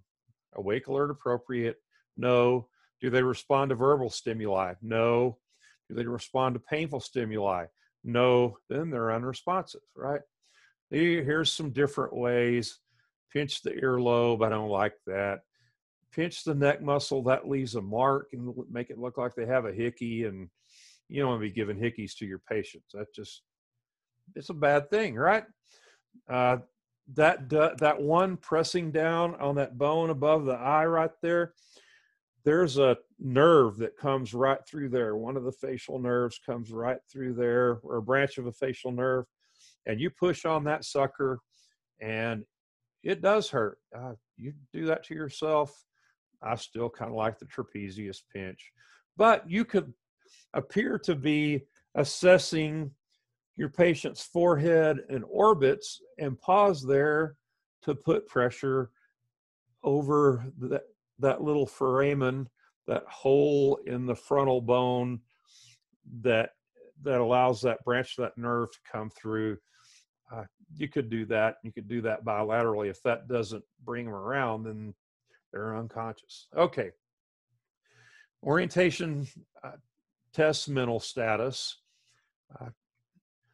So conscious and alert times 4. That would be they're oriented to person. They know who they are. Oriented to place. They know where they are. In my daughter's old bedroom, seated at my daughter's old desk, talking into a camera, hoping somebody on the other end's getting something out of it. That's my place. Time. I know roughly what time it is, or at least what day it is. Sometimes that's the best we can get out of them. What's today? It's June, I think it's the 15th, somewhere 14th, 15th. I don't have a calendar with me. That's not unusual for me not to know the date. I usually know the day of the week, but are they oriented to their place in time right now? A lot of times we'll ask if they know who the president is. That can explode on you. Sometimes that turns into that sorry SOB that I didn't vote for. There were people who loved Ronald Reagan. There were people who hated Ronald Reagan. And I asked a little old lady one time who the president was, and she said that SOB, and that's not how she said it, that SOB Ronald Reagan, he's a blah, blah, blah, blah. Well, she was pretty much oriented to time. Event, what happened to you today? Or what were you doing when this started? That's event. AMS, altered mental status. Any deviation from alert and oriented is altered mental status. Or it could be any deviation from the patient's normal baseline. This patient could have neurologic deficits, and let's say our patient has Alzheimer's, and our patient with Alzheimer's doesn't remember who the president is, what day it is, knows his name's Jim always, and he always knows he's at his house. But a change from that baseline would be an altered mental status for Jim, the Alzheimer's patient. I don't know why I'm stuck on Jim today. It's short. It's easy to say. It's one syllable. Life threats, airway obstruction, respiratory failure, respiratory arrest, shock, severe bleeding, and cardiac arrest. Okay, ABCs, I added that X in there on you, right? Those are life threats. Assess the airway. Do they have an open patent airway? And do they have an adequate airway so that they're moving sufficient air? Maybe they have inspiratory stridor. They go when they breathe in and when they breathe out. They have an open airway. It appears to be partially patent, somewhat patent, because they are moving some air in and out, but it's not adequate. All right. Talking and crying, they have an open airway. How do they speak? Do they just talk incessantly? My dad was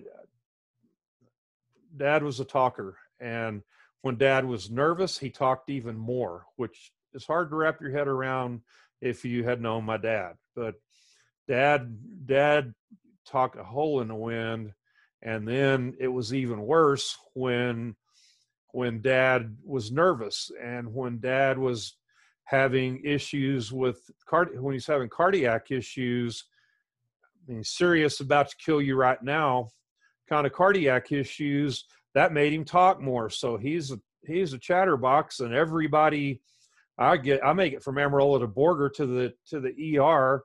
I look up, my dad's heart rate is 220. That's not good, but he's talking up a storm. He's talking 90 to nothing.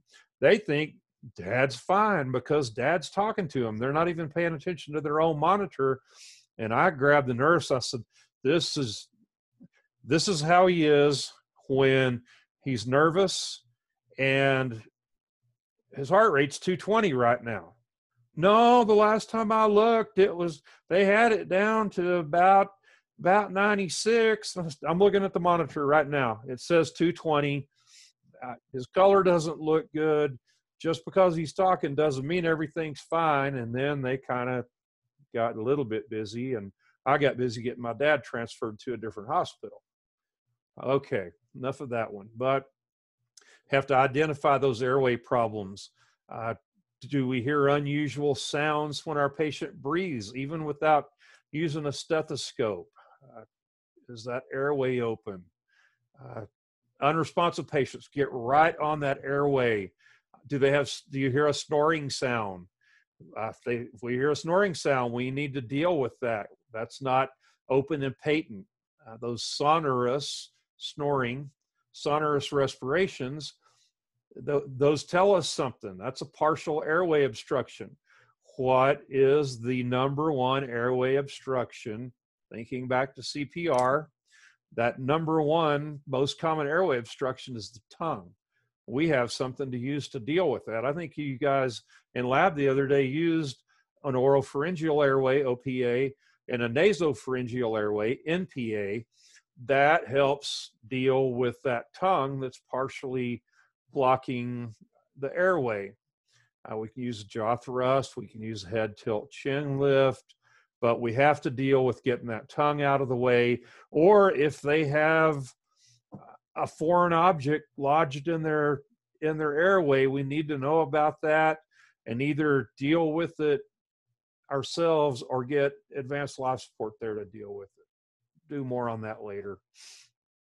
Is there blood? Is there puke in that airway, normally called vomit or emesis? Is there emesis in your patient's oropharynx, or is there blood or just saliva, or old thick saliva that can partially block the airway? How do we fix that? We suction it out. You did it the other day, right? Noisy breathing, sonorous respirations, that bubbling, gurgling sound that gives us an indication of liquid. Crowing, it's a high-pitched kind of sound. I don't even like that term. I'm not even going to spend time on it. Other abdominal. Oh, buddy. Other abnormal sounds. We'll learn more of those as we go.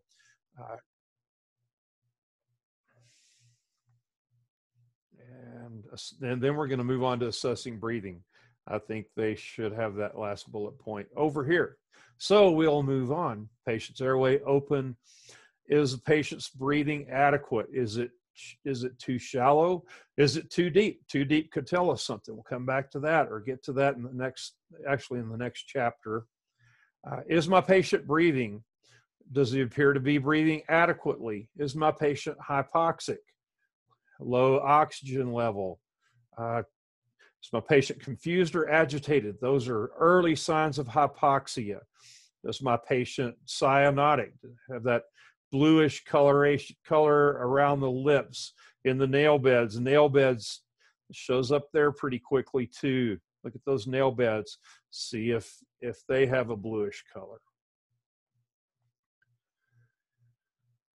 In any patient who is breathing let me phrase this the way I want to. If they're breathing too fast, if they're breathing too slow, if their breathing is too shallow, or if they have an irregular breathing pattern, we need to provide positive pressure ventilations for them. They're in respiratory distress, and we don't want them to go into respiratory failure. So positive pressure ventilation. So work for you on the National Registry, on any exam I give you, and with all your patients in the street. If they're breathing too slow, if they're breathing too fast, if their breathing is too shallow, or if they have an irregular pattern, So how do we provide this positive pressure ventilation? That sounds like something I might like to do sometime, but how do I do it? Get out your BVM. That is your positive pressure ventilation. If their breathing is just too shallow, later we'll learn about CPAP, and you could possibly use CPAP there to help out that patient. But they have to be breathing and able to follow instructions before we can use CPAP on our patients. All right, so if we're looking at O2 saturation as our guideline, we want our patients to have at least 94% up to 99% SpO2. What's that stand for? Saturated percentage of oxygen. That's hemoglobin, how many the hemoglobin molecules, I cannot talk, what percentage of the hemoglobin molecules are saturated with a gas. It might not be oxygen. We have to worry about that too. We'll talk about that later. If our patient is in respiratory distress, to determine if they're in respiratory distress, we need to look for retractions, use of accessory muscles, retractions, the rib muscles, the muscles between the ribs, those intercostal muscles, are they pulling in real tight, kind of sucking down between the ribs? Do they have retractions? Use of accessory muscles. Are they using the muscles in their neck to try to fight to breathe, and their abdominal muscles? I wish this was lab so I could do this for you. It'd be amusing if nothing else. Nasal flaring. Sometimes you see that, sometimes you don't. Are they only speaking in 2 or 3 word sentences? That's all they can get out because they're so short of breath. They're very dyspneic if they're having to do that. That tripod position that I talked about earlier, are they lying down, but they kind of have their head up in a sniffing position, trying to open their airway, fight to get air in? And then just, do they appear to have labored breathing? You know what calm breathing looks like. Normal breathing. What if difficulty breathing is dyspnea, and breathing too fast is tachypnea, breathing too slow is bradypnea? What in the heck is normal breathing? And it has to have a pnea also, right? Eupnea, E-U-P-N-E-A. Eupnea, that's normal breathing. So they're non-eupnic. No, don't use that. That sounds crazy. Are they non-eupnic? Are they breathing too slow, breathing too fast, breathing too shallowly, fighting to get a breath? You know what that looks like. You'll get a better feel for it as you see a lot more sick people. But increased work of breathing, that's what we use now instead of just saying labored breathing, even though we still say labored breathing. They're trying to get us to move from labored breathing to increased work of breathing. It's a tough fight. They've been fighting that fight for 10 or 12, maybe 15 years. We still say labored breathing, but increased work of breathing. Are they showing increased effort, increased rate? Respiratory failure. Let's talk about that. This is something that people have trouble with on the National Registry. We treat respiratory failure with a bag valve mask with positive pressure ventilation, just like I talked about a second ago. We treat patients in respiratory distress with positive pressure ventilation to try to prevent respiratory failure. Respiratory failure occurs when you have inadequate gas exchange, or you have inadequate oxygen supply or ventilation to meet oxygen demands of the body. So if you have dyspnea with signs of poor perfusion, so what would that be? Altered mental status with dyspnea. Going to treat that patient as if they're in respiratory failure. Going to grab that bag valve mask and start bagging them. That's why I said earlier, too fast, too slow, irregular pattern, too shallow. We grab the BVM and we start bagging them because we're fighting respiratory distress to avoid having a patient in respiratory failure. Pathophysiology of respiratory failure. The first thing I'll talk about, and then we're going to leave it there. Respiratory failure, we cease to have gas exchange across that alveolar membrane. We're not getting oxygen into the blood and carbon dioxide out. Diffusion stops, the gas exchange stops, whatever you want to call it, or it's severely compromised so that that's not operating normally. Our patient is in respiratory failure. We need to fix it.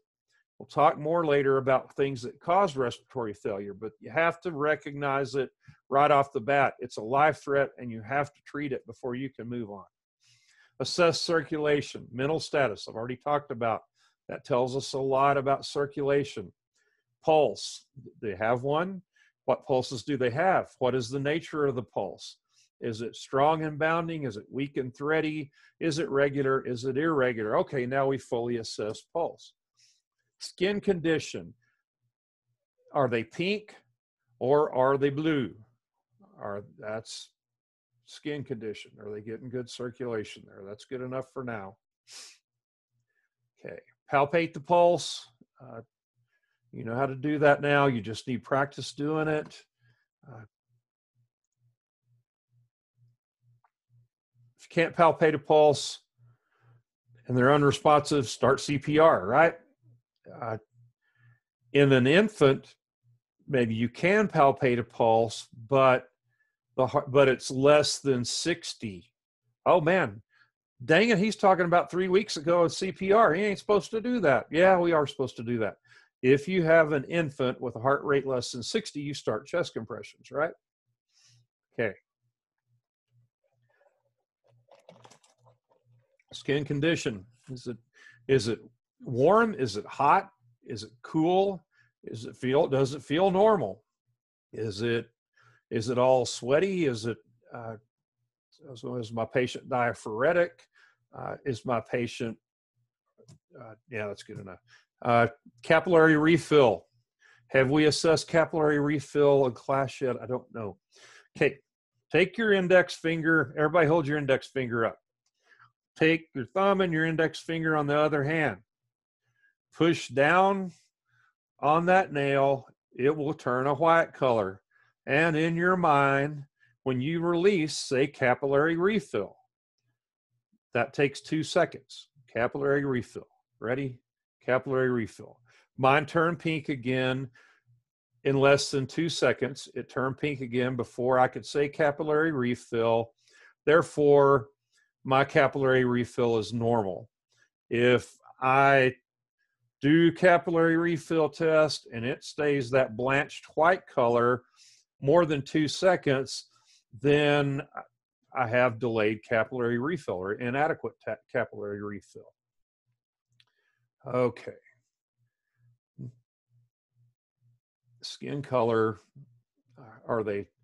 do they appear normal? Are they like red in the face, like people think about people who, oh, if you can think back to PE in school when you had to run and you finished running, everybody's face was kind of red, they were out of breath, and so are they like red faced like you are from exertion? Do they have red skin like you have from a sunburn? Are they pale? Does skin appear normal? Do they have a kind of a whitish color to their skin, or is it kind of ashen is kind of a grayish white? I don't know. I never use that term myself, but or I never use gray. I say white or ashen. I'm sorry. Trying to hurry. This kiddo's, look at his face. See that bluish color?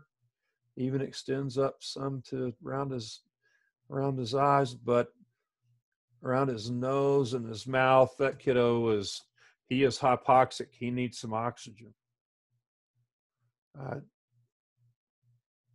In this assessment, we're not going to grab the rectal probe and get a rectal temperature at this point, we're just seeing, do they feel hot? Do they feel cool, cold, clammy, or normal? Is their skin dry? That's normal. Is it wet, moist, or excessively dry? Those suggest problems. Capillary refill, I just talked about. That's how you do it. External bleeding. We have to control bleeding before we move on to airway and breathing, like I already talked about. Sometimes we control it with direct pressure. Most of the time we control it with direct pressure. Occasionally we have an arterial bleed and we have to move to the tourniquet because nothing else is going to work.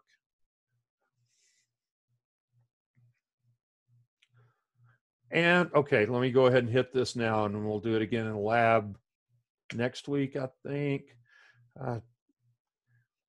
We don't have to wait to see whether direct pressure works or not.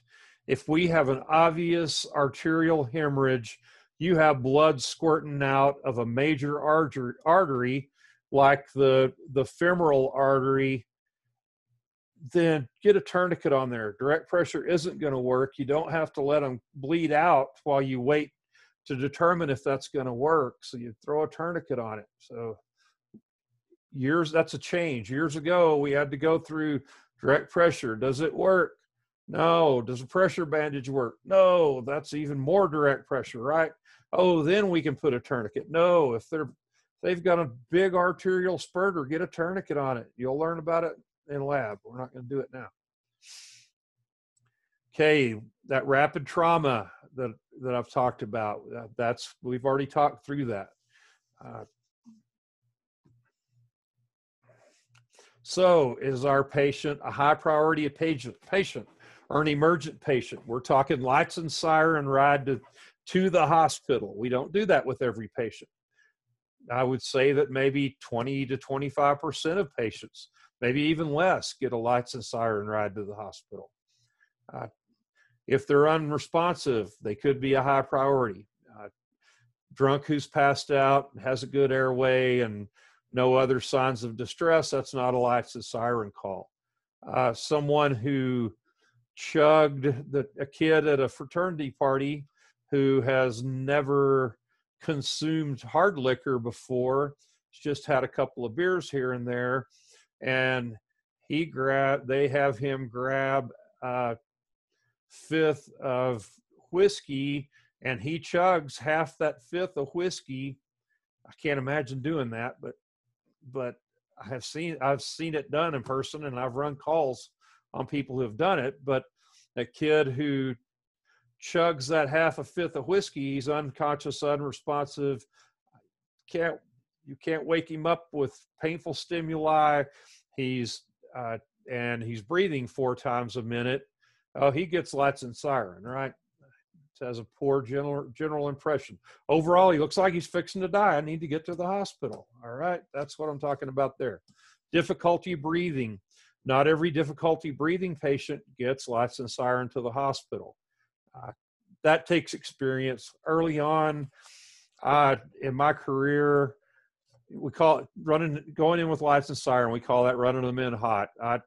I ran lots of people in hot early in my career who probably didn't need that. Better to err on the side of caution. It takes experience. It's not wrong. You just increase risks. There are safety risks associated with running with lights and siren that you don't have if you just quickly drive to the hospital without lights and siren.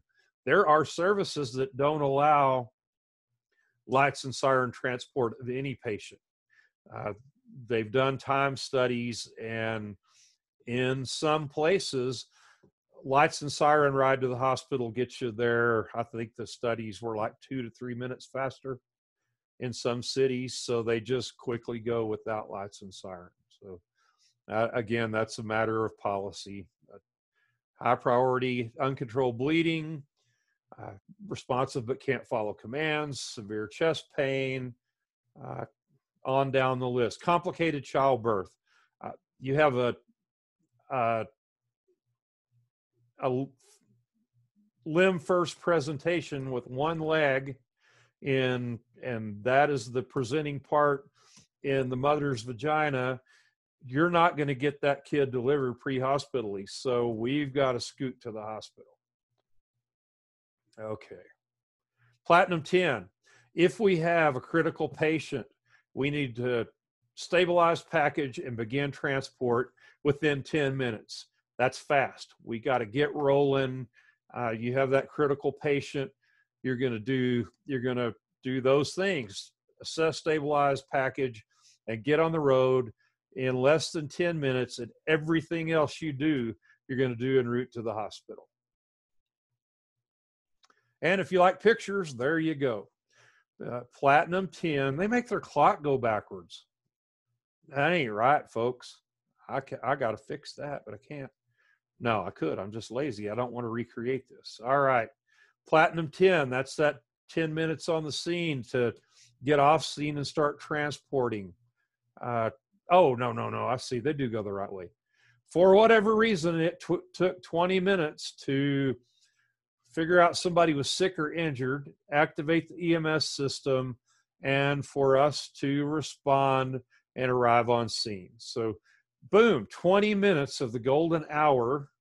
In golden hour, meaning that period of time within which our patients need to receive definitive care, surgical intervention, treatment by a physician in the ER versus an EMT or a paramedic on the street. So that's golden hour. 20 minutes are burned before we get there.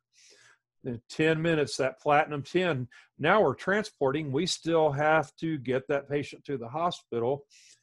Depends on, I mean, this burning the rest of that golden hour, that last 30 minutes can depend on weather, could depend on traffic.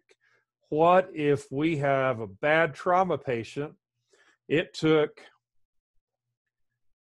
35 minutes for us to respond in the blizzard in our ambulance to get there. That's the best we could do. Holy crap, we already blew the half of that golden hour, and we're 5 minutes over here before we use up our platinum 10, and maybe it takes that full 10 this time. We just cannot get done less than that. Man, we're pushing it up here, and we've got a 40-minute drive in a blizzard in an ambulance to get to the hospital. So our patient, we're way over here by the time we get to the hospital. We blew the heck out of that golden hour doing the best that we could. Well, that's wrong. That can't happen. Circumstances dictated that in that case, that was all we could do. That was the best we could do. All right, normal call. Less than 20 minutes to see the wreck, activate EMS, 6-minute response time. We're right here. 5 minutes to assess, package, and begin transport with our patient. 10-minute transport time with us working our butts off, doing everything on the road. Man, look here. We're right there when we get to the hospital. And then they're going to surgery. They have to get some quick x-rays and draw some blood. There's already a surgeon waiting in the OR suite. One of his residents assessed the patient down here in the ER. We're right there. They got the patient to surgery right here. Does that patient have a better chance of having a shorter recovery time or a better chance of survival if surgery starts here versus surgery starting there? Yes, absolutely. So that is our goal. And we can't always do that. We do the best we can.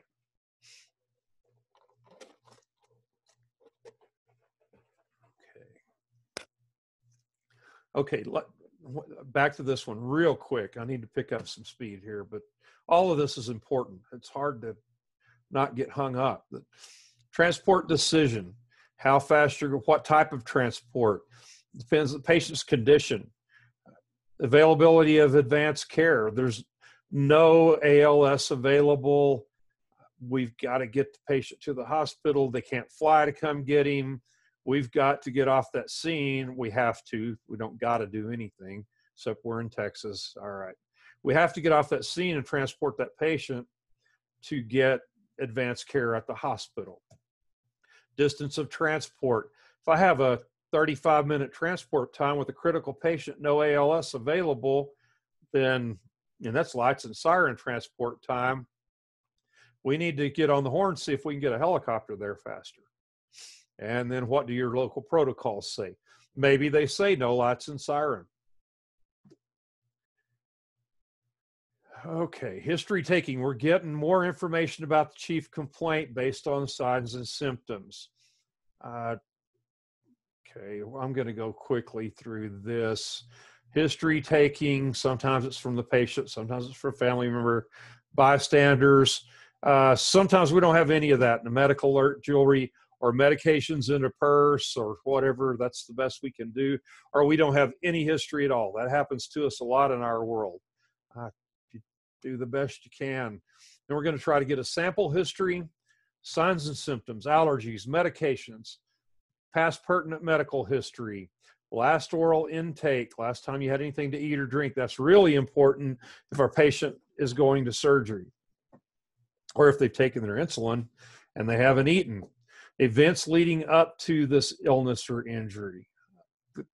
The guy who was unconscious and blew through the busy intersection, missed everybody, but nailed the great big electricity transmission pole, then he was unconscious. So events leading up to his injury, he was in a bad car wreck. That's the mechanism of injury. But, oh, we have an underlying illness. He was hypoglycemic and was totally out of it when he blasted through and hit that. With pain, we want to work through OPQRST. That helps us a lot. Onset, what were you doing when this started? Provokes or palliates, what makes it worse? Does anything make it better? Quality, is it burning pain, throbbing pain, burning pain, all those adjectives. Region, where does it hurt? Does it radiate? My right upper quadrant hurts and it radiates to my right shoulder and I feel nauseated. Oh man, we may be dealing with a gallbladder issue on this patient, right? Could have trauma to the right upper quadrant, have distension, rigidity, and pain there, radiating to the right shoulder. We'll talk more about that later. Severity, that's on a scale of 0 to 10, 0 being no pain, 10 being the worst pain you ever felt. What would you call this, is what we usually say, or how bad is it? What number would you say this is? However, whatever it takes to communicate to them, you want how bad it is, 0 to 10. That's subjective, right? I mean, some people, what I would call an 8, somebody's tough and they call it a 3. That's subjective. Everybody understands that. That's okay. That 0 to 10 is difficult with kids, right? We have a frowny face and ranging from a frowny face with closed eyes, looking like in a lot of pain, up to somebody who's smiling for a 10 with little pictures along the way and have them point. Sometimes you have that. I would recommend in your little notebook of cheat sheets that you have, where you have your Glasgow-Coma scale to look at, and your little picture with your rule of 9s that you use for burns and things you have trouble remembering. All of us should have one of those little books, little reference, and have in that one of those pediatric pain assessment scale pictures that has the smiley and frowny faces. You can Google that and find those. Timing, how long has it been going on? Okay, pertinent negatives. Patient is having retrosternal chest pain. That's the proper term. Substernal is what most people will say. Substernal chest pain, but denies any radiating pain to the neck or arm. That's a pertinent negative. And you ask those questions when you're doing your OPQRST. Have chest pain, it's squeezing chest pain, feels like an elephant sitting on my chest. Well, sir, does that pain move around? Does it radiate anywhere? No. Are you having any pain in your jaw or your neck? No. Is your arm hurting? You have any pain in your arm? No. Those are important, pertinent negatives. Retrosternal chest pain, and patient denies any radiating pain to the neck, jaw, or upper extremities. Those are pertinent negatives. Okay, critical thinking. That's what this is all about. These scenario questions that I give you on these exams, that's critical thinking. You take what you know and you apply that in a systematic way to assessing your patients. So you're gathering facts from your patient, from the surroundings. Then what does that information mean? You're evaluating that based on what you know, and then put that all together to come up with the information you need to determine what your patient's illness or injury is. It's not your job to establish a definitive diagnosis. We don't do that as EMTs, but you have to determine what body system or systems are involved in an illness or injury and treat those appropriately. So that's synthesizing. From now on exams, I want you to have your patient assessment algorithm written on a piece of paper, and you can have that in front of you while you take your exam as a reference and as a way to learn to utilize that patient assessment algorithm in assessing and managing a patient, and in assessing and managing an exam question. Okay, alcohol and drugs, those can be sensitive topics. If you ask a teenager if you've taken any drugs or have you drank any alcohol, if you ask that in front of parents, principals, band directors, coaches, what do cheerleaders have? They don't call them coaches. I can't remember what they call them. Anyway, all those folks in front of adults, you ask a teenager about drugs and alcohol or the possibility of being pregnant, you're not going to get an honest answer. We need to get them away from those people to ask those questions. Tell them, I'm not asking you to try to get you in trouble. I'm not asking to embarrass you, but it's important in taking care of you that I know what drugs you might have taken, what alcohol you might have consumed, what you've had, how much, how long ago, who, what, where, when, why, how. Those are all important questions. They may deny all of it. You can't change that. But if they smell of booze, then you can document that they have a strong smell of ETOH. You're not saying they've been drinking. ETOH is ethyl alcohol, and that's what ethyl alcohol is, booze.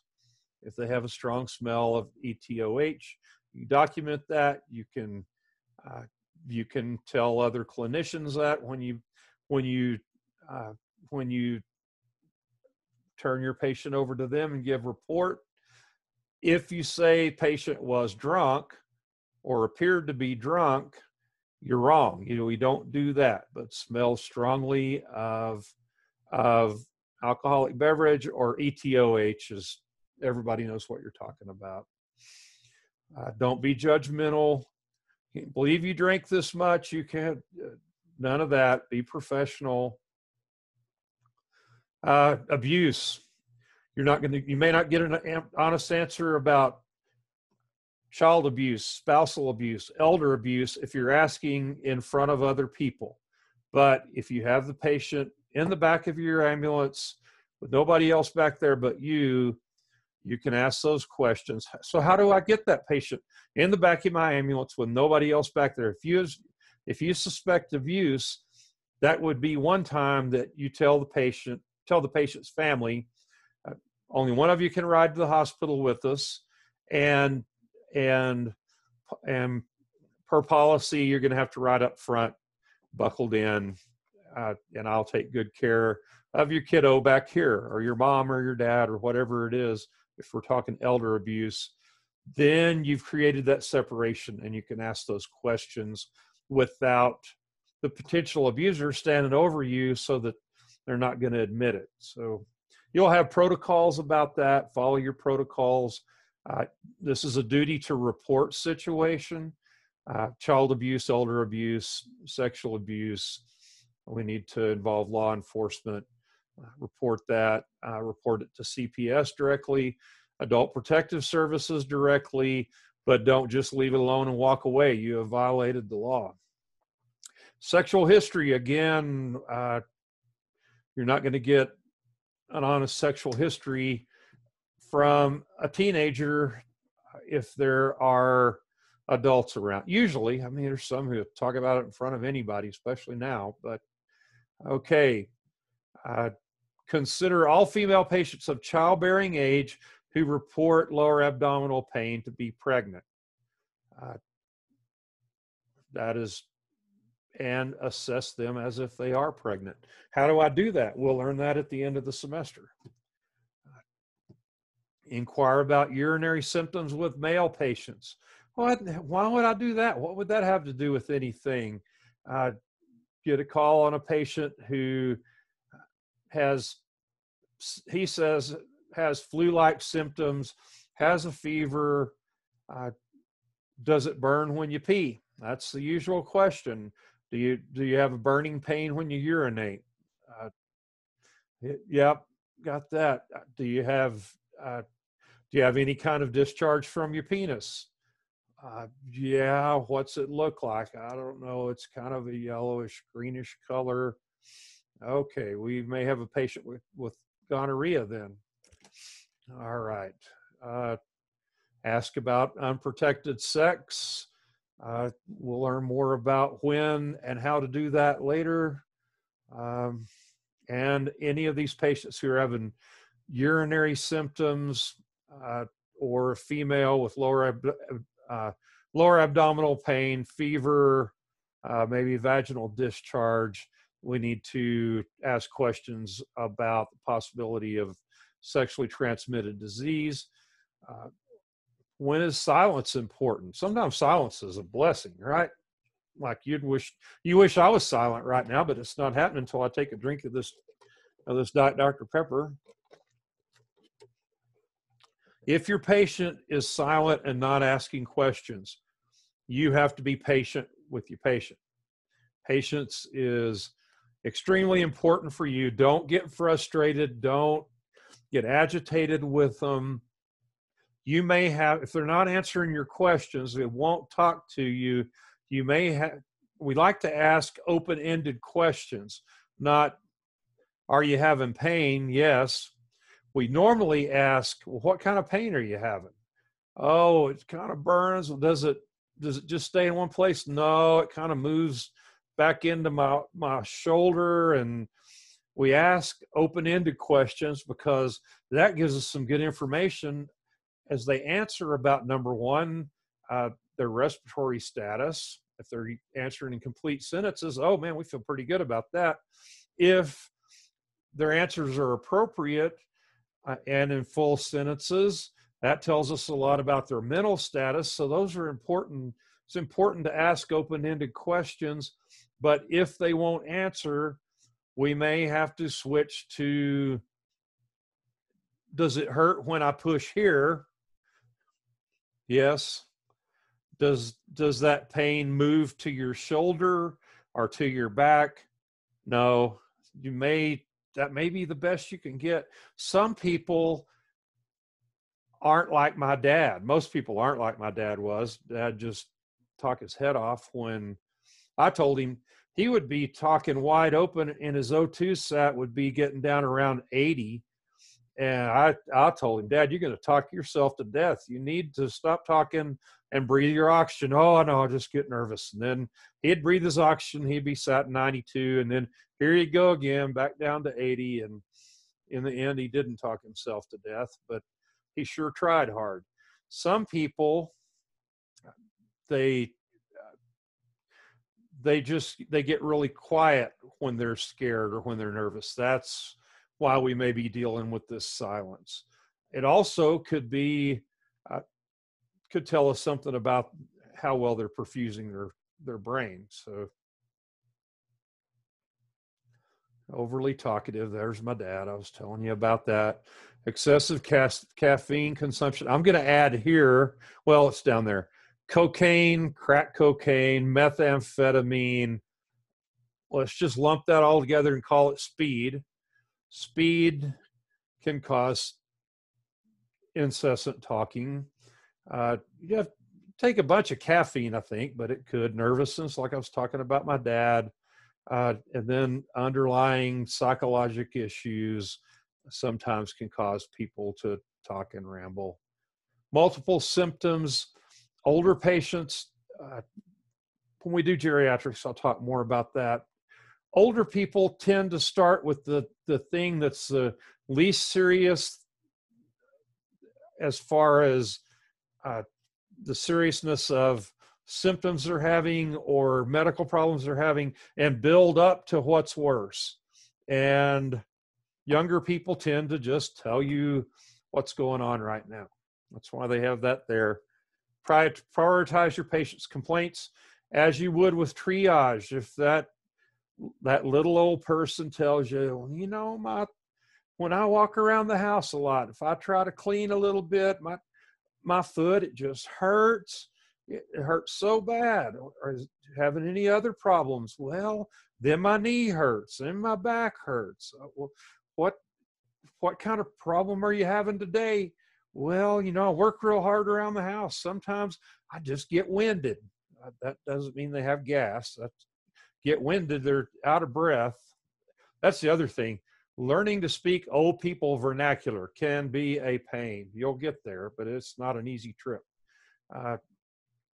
And then when my dad got old, he started saying things like, he grew up in East Texas. I guess he's reverted to East Texas language. Dad had muscle spasms in his chest for years that started with a car wreck he had when he was 17. And he called it muscle spasms until he was about 75 years old. And then he'd tell you, my chest, it just starts drawing on me. It took me a while to figure out it took me a couple of times to figure out what he meant by drawing. He meant that muscle spasm. But when he told people that when they were getting a patient history and doing an assessment on him, every time I had to tell them what that meant because they did not speak East Texas old people vernacular. Dad had lived in Borger since he was 19. I don't know why you'd think that he would have become acclimated and lost that, but he didn't. If you have an anxious patient, immediately consider and rule out hypoxia, low oxygen level. That can be a big cause of somebody being anxious. Sometimes if they have altered mental status and they're combative, that's due to hypoxia. That doesn't just mean they're a drunk who wants to fight you. You need to assess them and determine whether they're hypoxic, and you need to treat them with supplemental oxygen. Oh man, I'm behind. Golly. Anxious, they can show, oh man, anxiety with diaphoresis, shortness of breath. That could be just hypoxia. If they're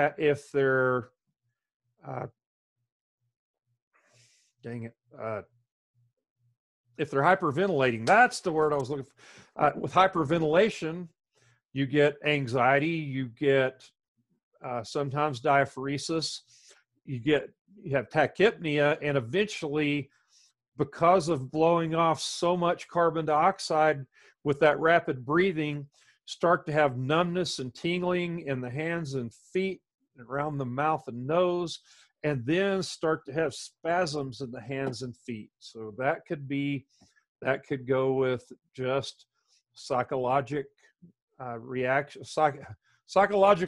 reaction that's causing that's causing your patient's anxiety, or a result of the anxiety actually there. Anger and hostility. Protect yourself and your partner. Then bystanders, but they could just be angry with friends and family and bystanders, and they're chill and easy to get along with you once they're away from those other people. Or it could extend to you. Err on the side of caution. Get the heck out of Dodge. Call for law enforcement. Calm, reassuring, and gentle will sometimes chill them out.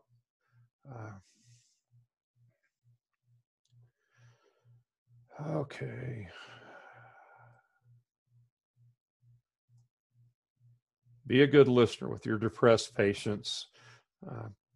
Sadness, hopelessness, restlessness, irritability, eating and sleeping disorders, decreased energy level. What is our big danger, our big risk to our depressed patient? Chronic depression in some people is you need to really evaluate and consider the possibility of them being suicidal. They need to be, if you have a very depressed patient, try to convince them to go to the hospital with you to get checked out. Get checked out would include somebody doing a good psychological assessment on them and their depression to determine if they're suicidal. Somebody's depressed and I'm doing my patient assessment. I ask that question: have you thought about hurting yourself? Do you have a plan to hurt yourself? Have you tried to hurt yourself? Have you ever thought that everybody'd be better off if I was just gone? Those are important questions to ask. Confusion, back to consider hypoxia immediately.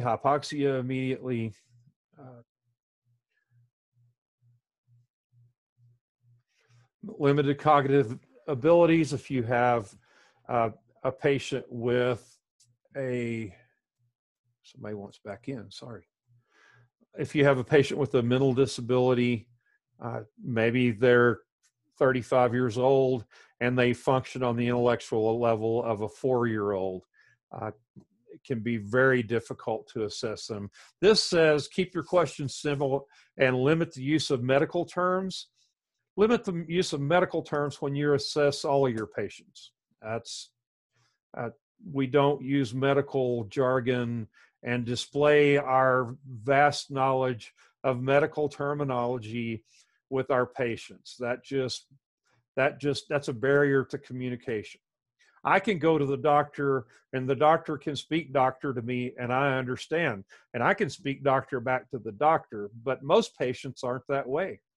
I have a lifetime of education and experience that allows me to do that. Some doctors go to a level that passed my education, knowledge, and experience, and then I have to ask questions. But okay, cultural challenges, particularly with people of Middle Eastern descent. It is improper for a male clinician to assess and treat a female patient. And you may end up having to call for a supervisor and another ambulance to respond to your location because you're not going to be allowed to access, assess, and treat your patient. So that's rare. That doesn't happen very often. In Amarillo, we're likely to experience that because we have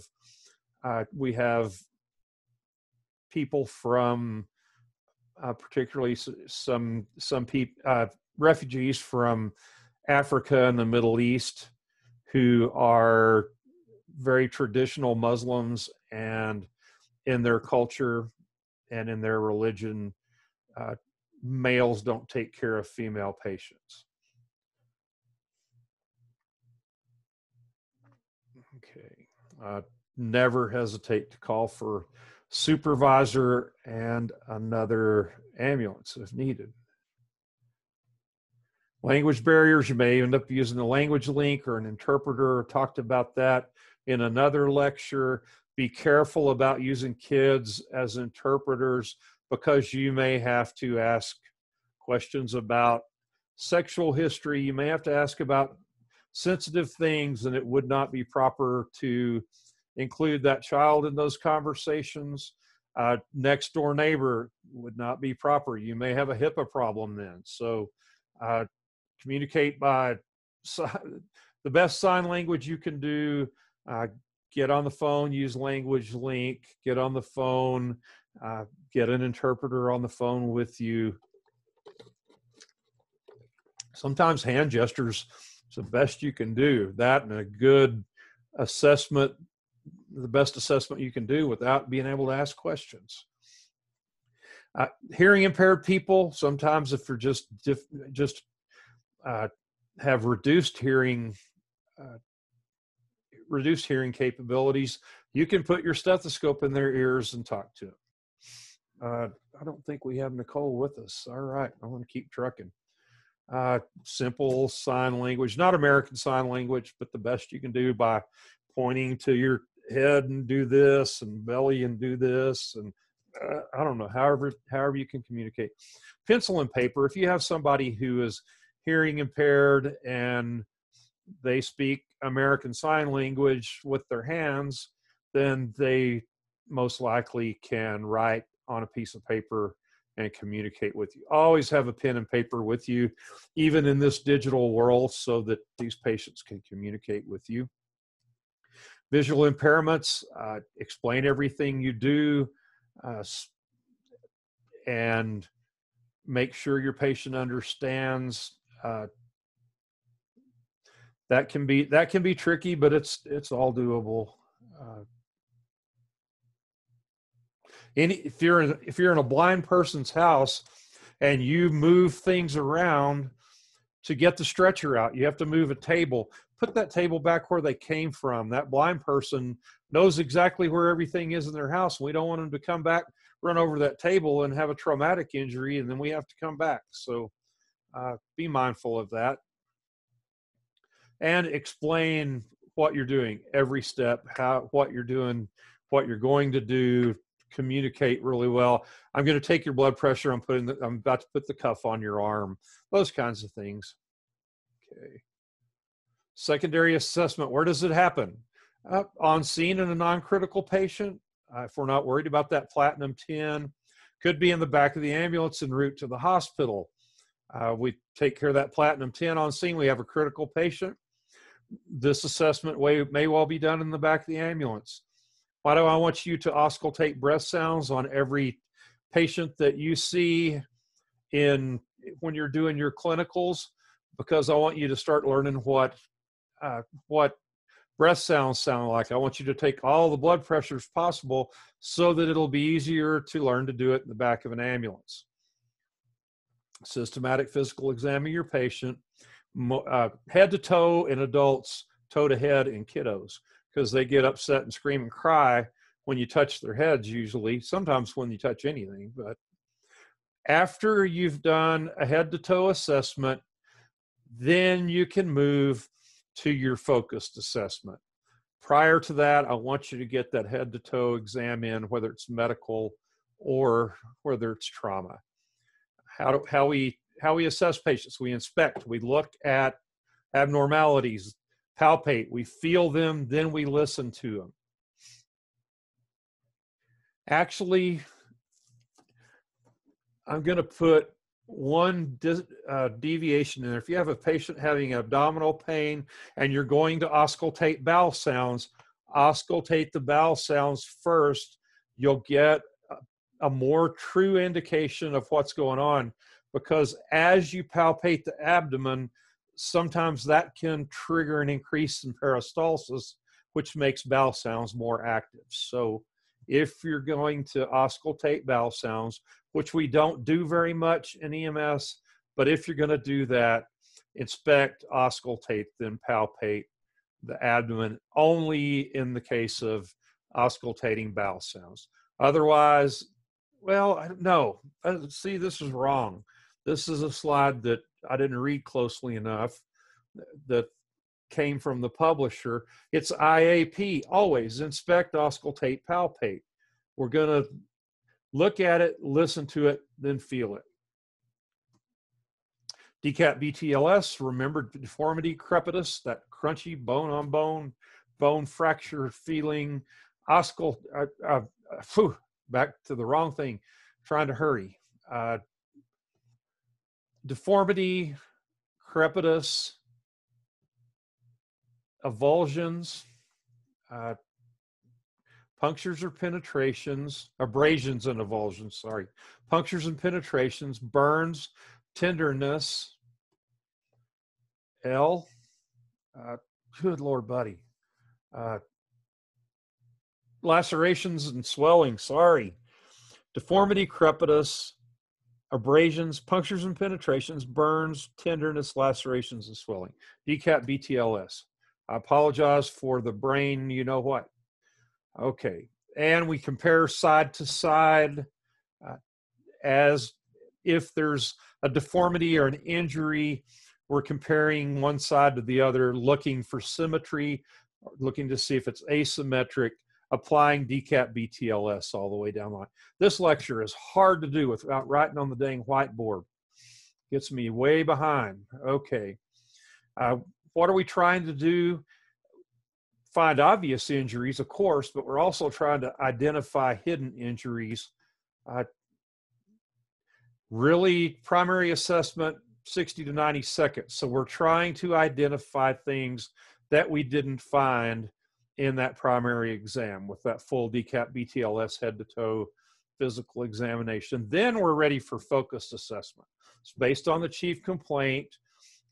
We can focus in on the body part that we've identified as the only one, or the body parts or body systems that are involved that are injured based on the mechanism of injury. And we don't have to do a DCAT BTLS every time we reassess our patient. The goal is to focus on the affected body part or body system. Respiratory system, we need to expose the chest and auscultate the chest. If it's not trauma, slide your stethoscope under their clothes or up from the bottom, like through the neck, and you can auscultate the apices. And then you slide up under their shirt from the bottom and you can auscultate the chest. If it's trauma, get them in the back of your truck so that everybody's not staring at their bare chest, and trauma strip them. You cut through those clothes so you can see what's going on. If you can't see it, you can't assess it. If you can't assess it, you can't treat it. Okay, look for signs of airway obstruction. We're assessing for symmetry. You're going to auscultate the breath sounds. We're going to measure the respiratory rate. And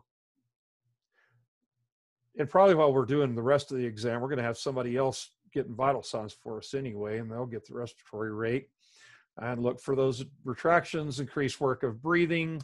12 to 20 is your normal range for breaths per minute in an adult. Count over 30 seconds. You know how to do that.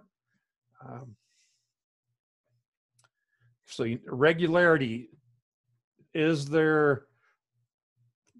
are the breaths evenly spaced, and is there a normal depth to those respirations? Are they evenly spaced? Are they regular? Are they irregular? Is there a pattern to their irregularity? Holy crap, getting more complicated, right? Do they have just normal sound of breathing, or do they have adventitious breath sounds? Talk about those. There we're auscultating.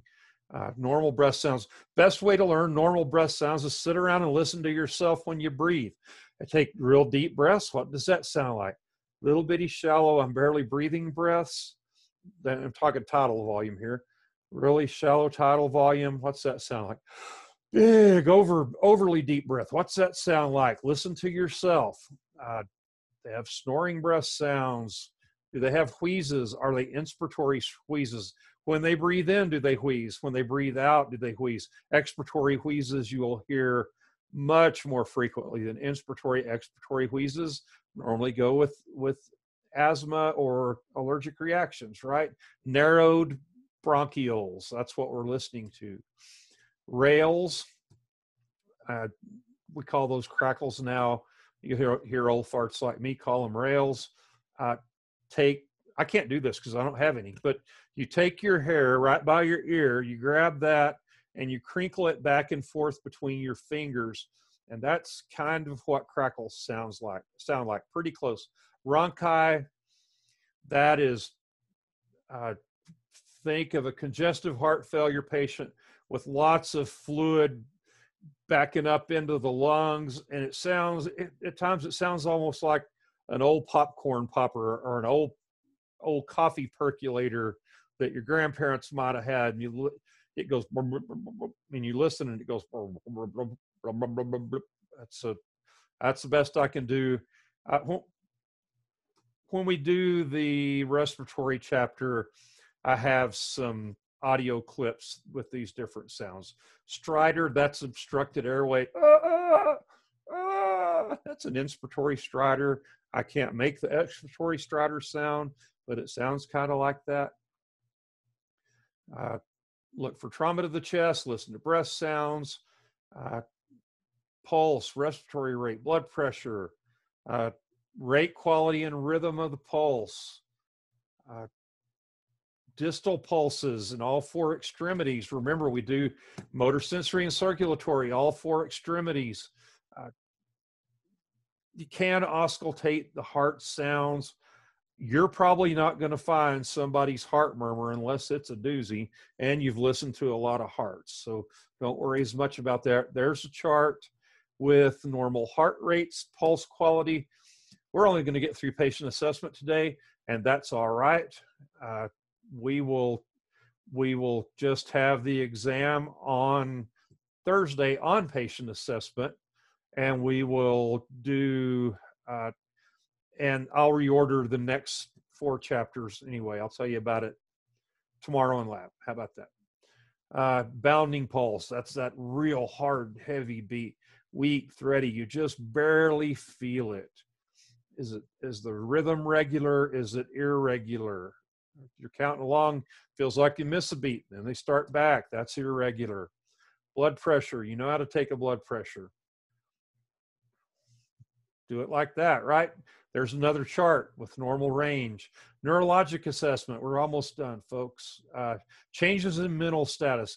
We don't do, like a neurologist, we don't do a full assessment of all 12 pair of cranial nerves and all of that stuff. Our neurologic assessment, changes in mental status, dizziness, syncopal episode, unconscious and difficult to arouse, unconscious and you can't wake them at all. Are they just stupor? That could be that they're drunk. It could be that they have a head injury with bleeding in the brain that's putting pressure, causing them to be disoriented. Maybe they had a stroke and that's caused a change in their mental status and their neurologic assessment. We'll do more of that in about 3 weeks, I think. Evaluate their level of consciousness using the AVPU scale. Then we use the Glasgow Coma scale. It's a scale that ranges from 3 to 15. We'll do more with Glasgow Coma scale, including memorize it, when we do the head trauma chapter, the head and neck trauma chapter. So, our head and spinal trauma, I'm sorry. So just know that the Glasgow Coma scale uses eye-opening, best motor response, and best verbal response. Those 3 categories, scoring those categories to get maximum of 15 is everything's A-okay, sitting and talking to you like I am right now. That's a Glasgow Coma scale of 15. And my desk in front of me right now has a GCS of 3. It doesn't open its eyes spontaneously. It does not have any motor response whatsoever, and it has no verbal response. So my desk has a GCS, or Glasgow Coma Scale, of 3. Pupillary reaction. Are the pupils equal? Do they react equally to light? What are we looking for? There's constricted, there's dilated, there's anisocoria, and there's the word spelled out in case you wondered what the heck Buddy's mouth was saying. Things that can cause pupillary issues, traumatic brain injury, hypoxic insult to the brain stem, trauma to the brain stem, trauma or stroke causing bleeding in the brain or bleeding around the brain putting pressure, a brain tumor actually in the brain itself, an organ itself like the liver, the body of tissue of the liver, the kidney, the heart, the brain. That's called the parenchyma. Not that that's important, but if you hear it, that's what it means, is the tissue of the organ itself, the parenchyma. Parenchymea, I think, parenchyma. Inadequate oxygenation can cause sluggish or unequal pupils, and drugs or toxins. Let's talk opiates. Those are central nervous system depressants. And what do we find with those patients' pupils? We find constricted pupils. What do we find? Let's say our patient's taken meth, central nervous system stimulant. It stimulates the central nervous system. I'm sorry. Trying to hurry always makes me go slower, I guess. You get dilated pupils with those drugs. So those stimulant drugs, the speed, and the downers, the old doggy downers, the opiates, those give you sluggish pupils. Pearl, pupils equal. Add round in there, because if somebody has an eye injury, or down here, no, ours down there. Good Lord, buddy. Pupils equal, round, reactive to light, and then in paramedic school, add an A to the end of that. Don't worry about it now. Bilateral muscle strength. Have them grab. You do check their grips, right? Hold out 2 fingers on each hand like that and have them squeeze it. Is it strong and equal? Is it unequal? You test dorsal flexion and dorsal extension. You have them pull up on your fingers with their toes, push down on your hands with their toes to see if it's strong and equal. Palpate the scalp, the skull. Check the eyes. You look to see if the eyes appear normal, or is there vitreous humor running down out of the eye from somebody who got shot in the eye with a BB gun. That I've seen it. It's ugly. He won't see me out of that eye anymore. Color of the sclera, is it yellow? The whites of the eyes. If it's yellow, that tells us that there's a problem with the liver. We'll talk a lot more about that in about 5 or 6 more chapters. The zygoma, the cheekbones, palpate those. Do they feel normal? Is one of them depressed? Or is there crepitus there? Is it painful when you press on the patient's zygomatic arches? Look in the ears, look in the nose for fluid. If there's fluid coming out of the nose, get the liquid on a 4x4, lay it aside for the halo test. We'll learn about that later. That's testing to see if there's cerebrospinal fluid in that liquid. Head, neck, and cervical spine. Have them squeeze their teeth together, open their mouth as wide as they can, look in their mouth to see if there's any teeth knocked out, if there's a bunch of blood in there, that kind of thing. Any unusual odors. Oh, you're going to smell some funk breath in patient assessment, and you have to, because I had to, so everybody should have to endure that.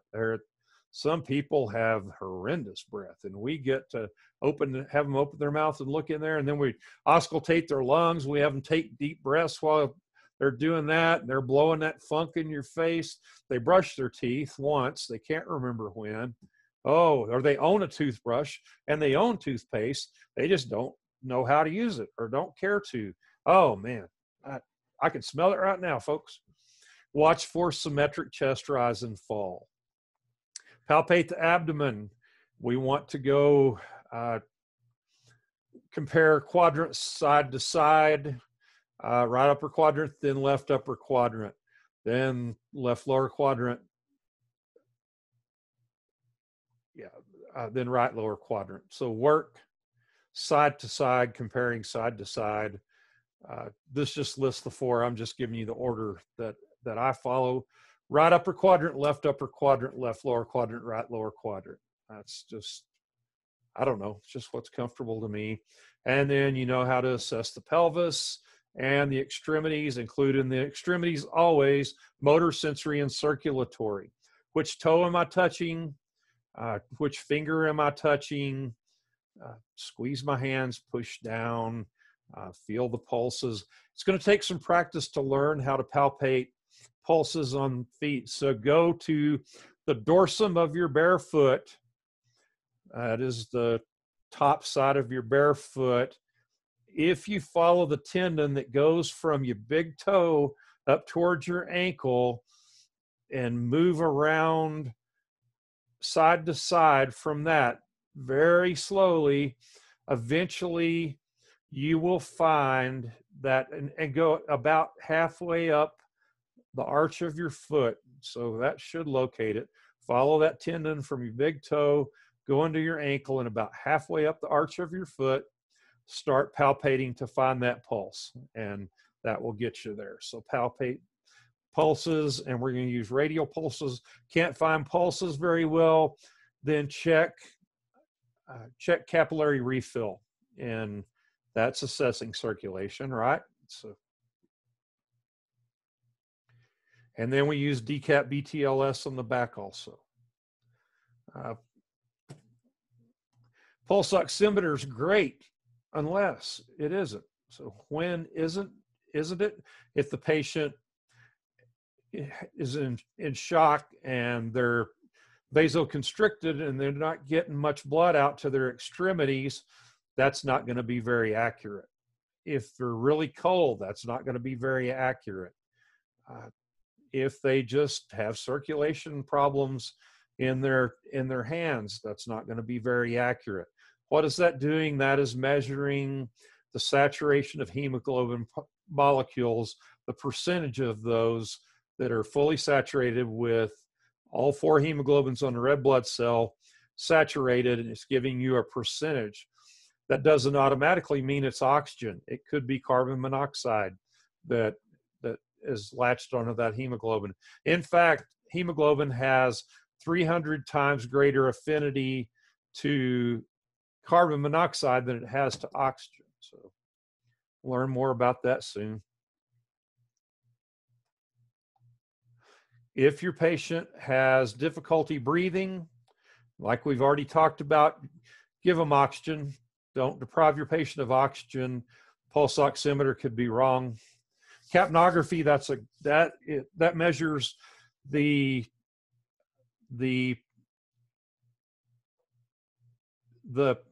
in millimeters of mercury. It measures the pressure of carbon dioxide in an exhale volume of air, and it samples the very end, the very last bit of air that's exhaled, and that is end tidal CO2 level. It's measuring carbon dioxide. That provides the best picture of perfusion that we have available in EMS. BLS ambulances, it could be that, and fire trucks, could be that you're not going to have end tidal CO2 available. I'll talk more about it later. The normal range for end tidal CO2 is 35 to 45 millimeters mercury. Blood glucose, it's an invasive procedure. You have to poke a hole in a finger, get blood on a test strip, and put that in the glucometer. Glucometer reads it, gives you a glucose level, 80 to 100 I believe is what your book says. That's BP cuff. Reassess, we talked about it already. What do we do when we reassess? We repeat pertinent portions of the primary assessment, reassess vital signs, and we always reassess those vital signs because we're looking for trends. What do I mean by trends? Over time, is that blood pressure getting lower and lower and the heart rate getting faster and faster? So multiple readings of vital signs over a period of time gives us a trend, and those trends can give us a big clue of what's going on with our patients. So we get their baseline vital signs, the first set. Then we get our repeat vital signs, and then we look for trends. Questions, current treatment improving the patient's treatment condition. Hey, is that oxygen helping you breathe better? Yeah. Or has the SpO2 gotten better with that patient on oxygen? That's what we're talking about. The problem that we've identified as maybe our patient's one and only problem, has that gotten better? Has it gotten worse? And have any new problems developed? Suddenly my patient becomes unconscious, unresponsive. That is a new development. I need to reassess then. And I need to start with airway. Does my patient have an airway? Is my patient breathing? Does my patient have circulation? Then I need to work back. Then I need to work on through the pertinent portions of my secondary assessment to try to determine what caused that change in condition.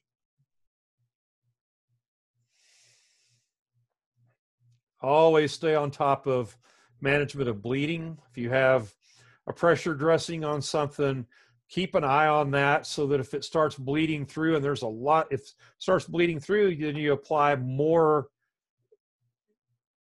pressure. You keep stacking dressings on. You don't pull them off. Okay. Reassess every 5 minutes with unstable patients, every 15 with stable patients. Anytime there's a change in your patient's condition, we need to reassess, and we always need to reassess before and after any interventions. Wow, thought I'd make 2 chapters today. I didn't. That's okay. You will only be responsible for patient assessment. On this next exam, I will tell you tomorrow morning, or I'll send an announcement this afternoon and tell you how this reorders our chapters. These chapters are important. It goes much more slowly trying to do this with PowerPoint instead of doing it on the board. I apologize, but we're going to do the best we can with the instructional medium that we have available. So questions about anything? Anybody still there? I have a question. Okay. So I was looking online. The calendar online is the more updated calendar, correct? Yes, I loaded up the new calendar last week. Okay. Okay, so that means that that mandatory class is now in July, right? Yes, that got moved to July 25th. Okay, thank you so much. Sure. I apologize for the dynamic condition of our calendar. COVID is a trigger, and changes in COVID are triggers. All right. Other questions? No? Only got 2 of you still awake. Nope. I'm awake. All right, I know it. You guys are great, and your grades reflect that. I will make that 4-point adjustment to your exam scores, and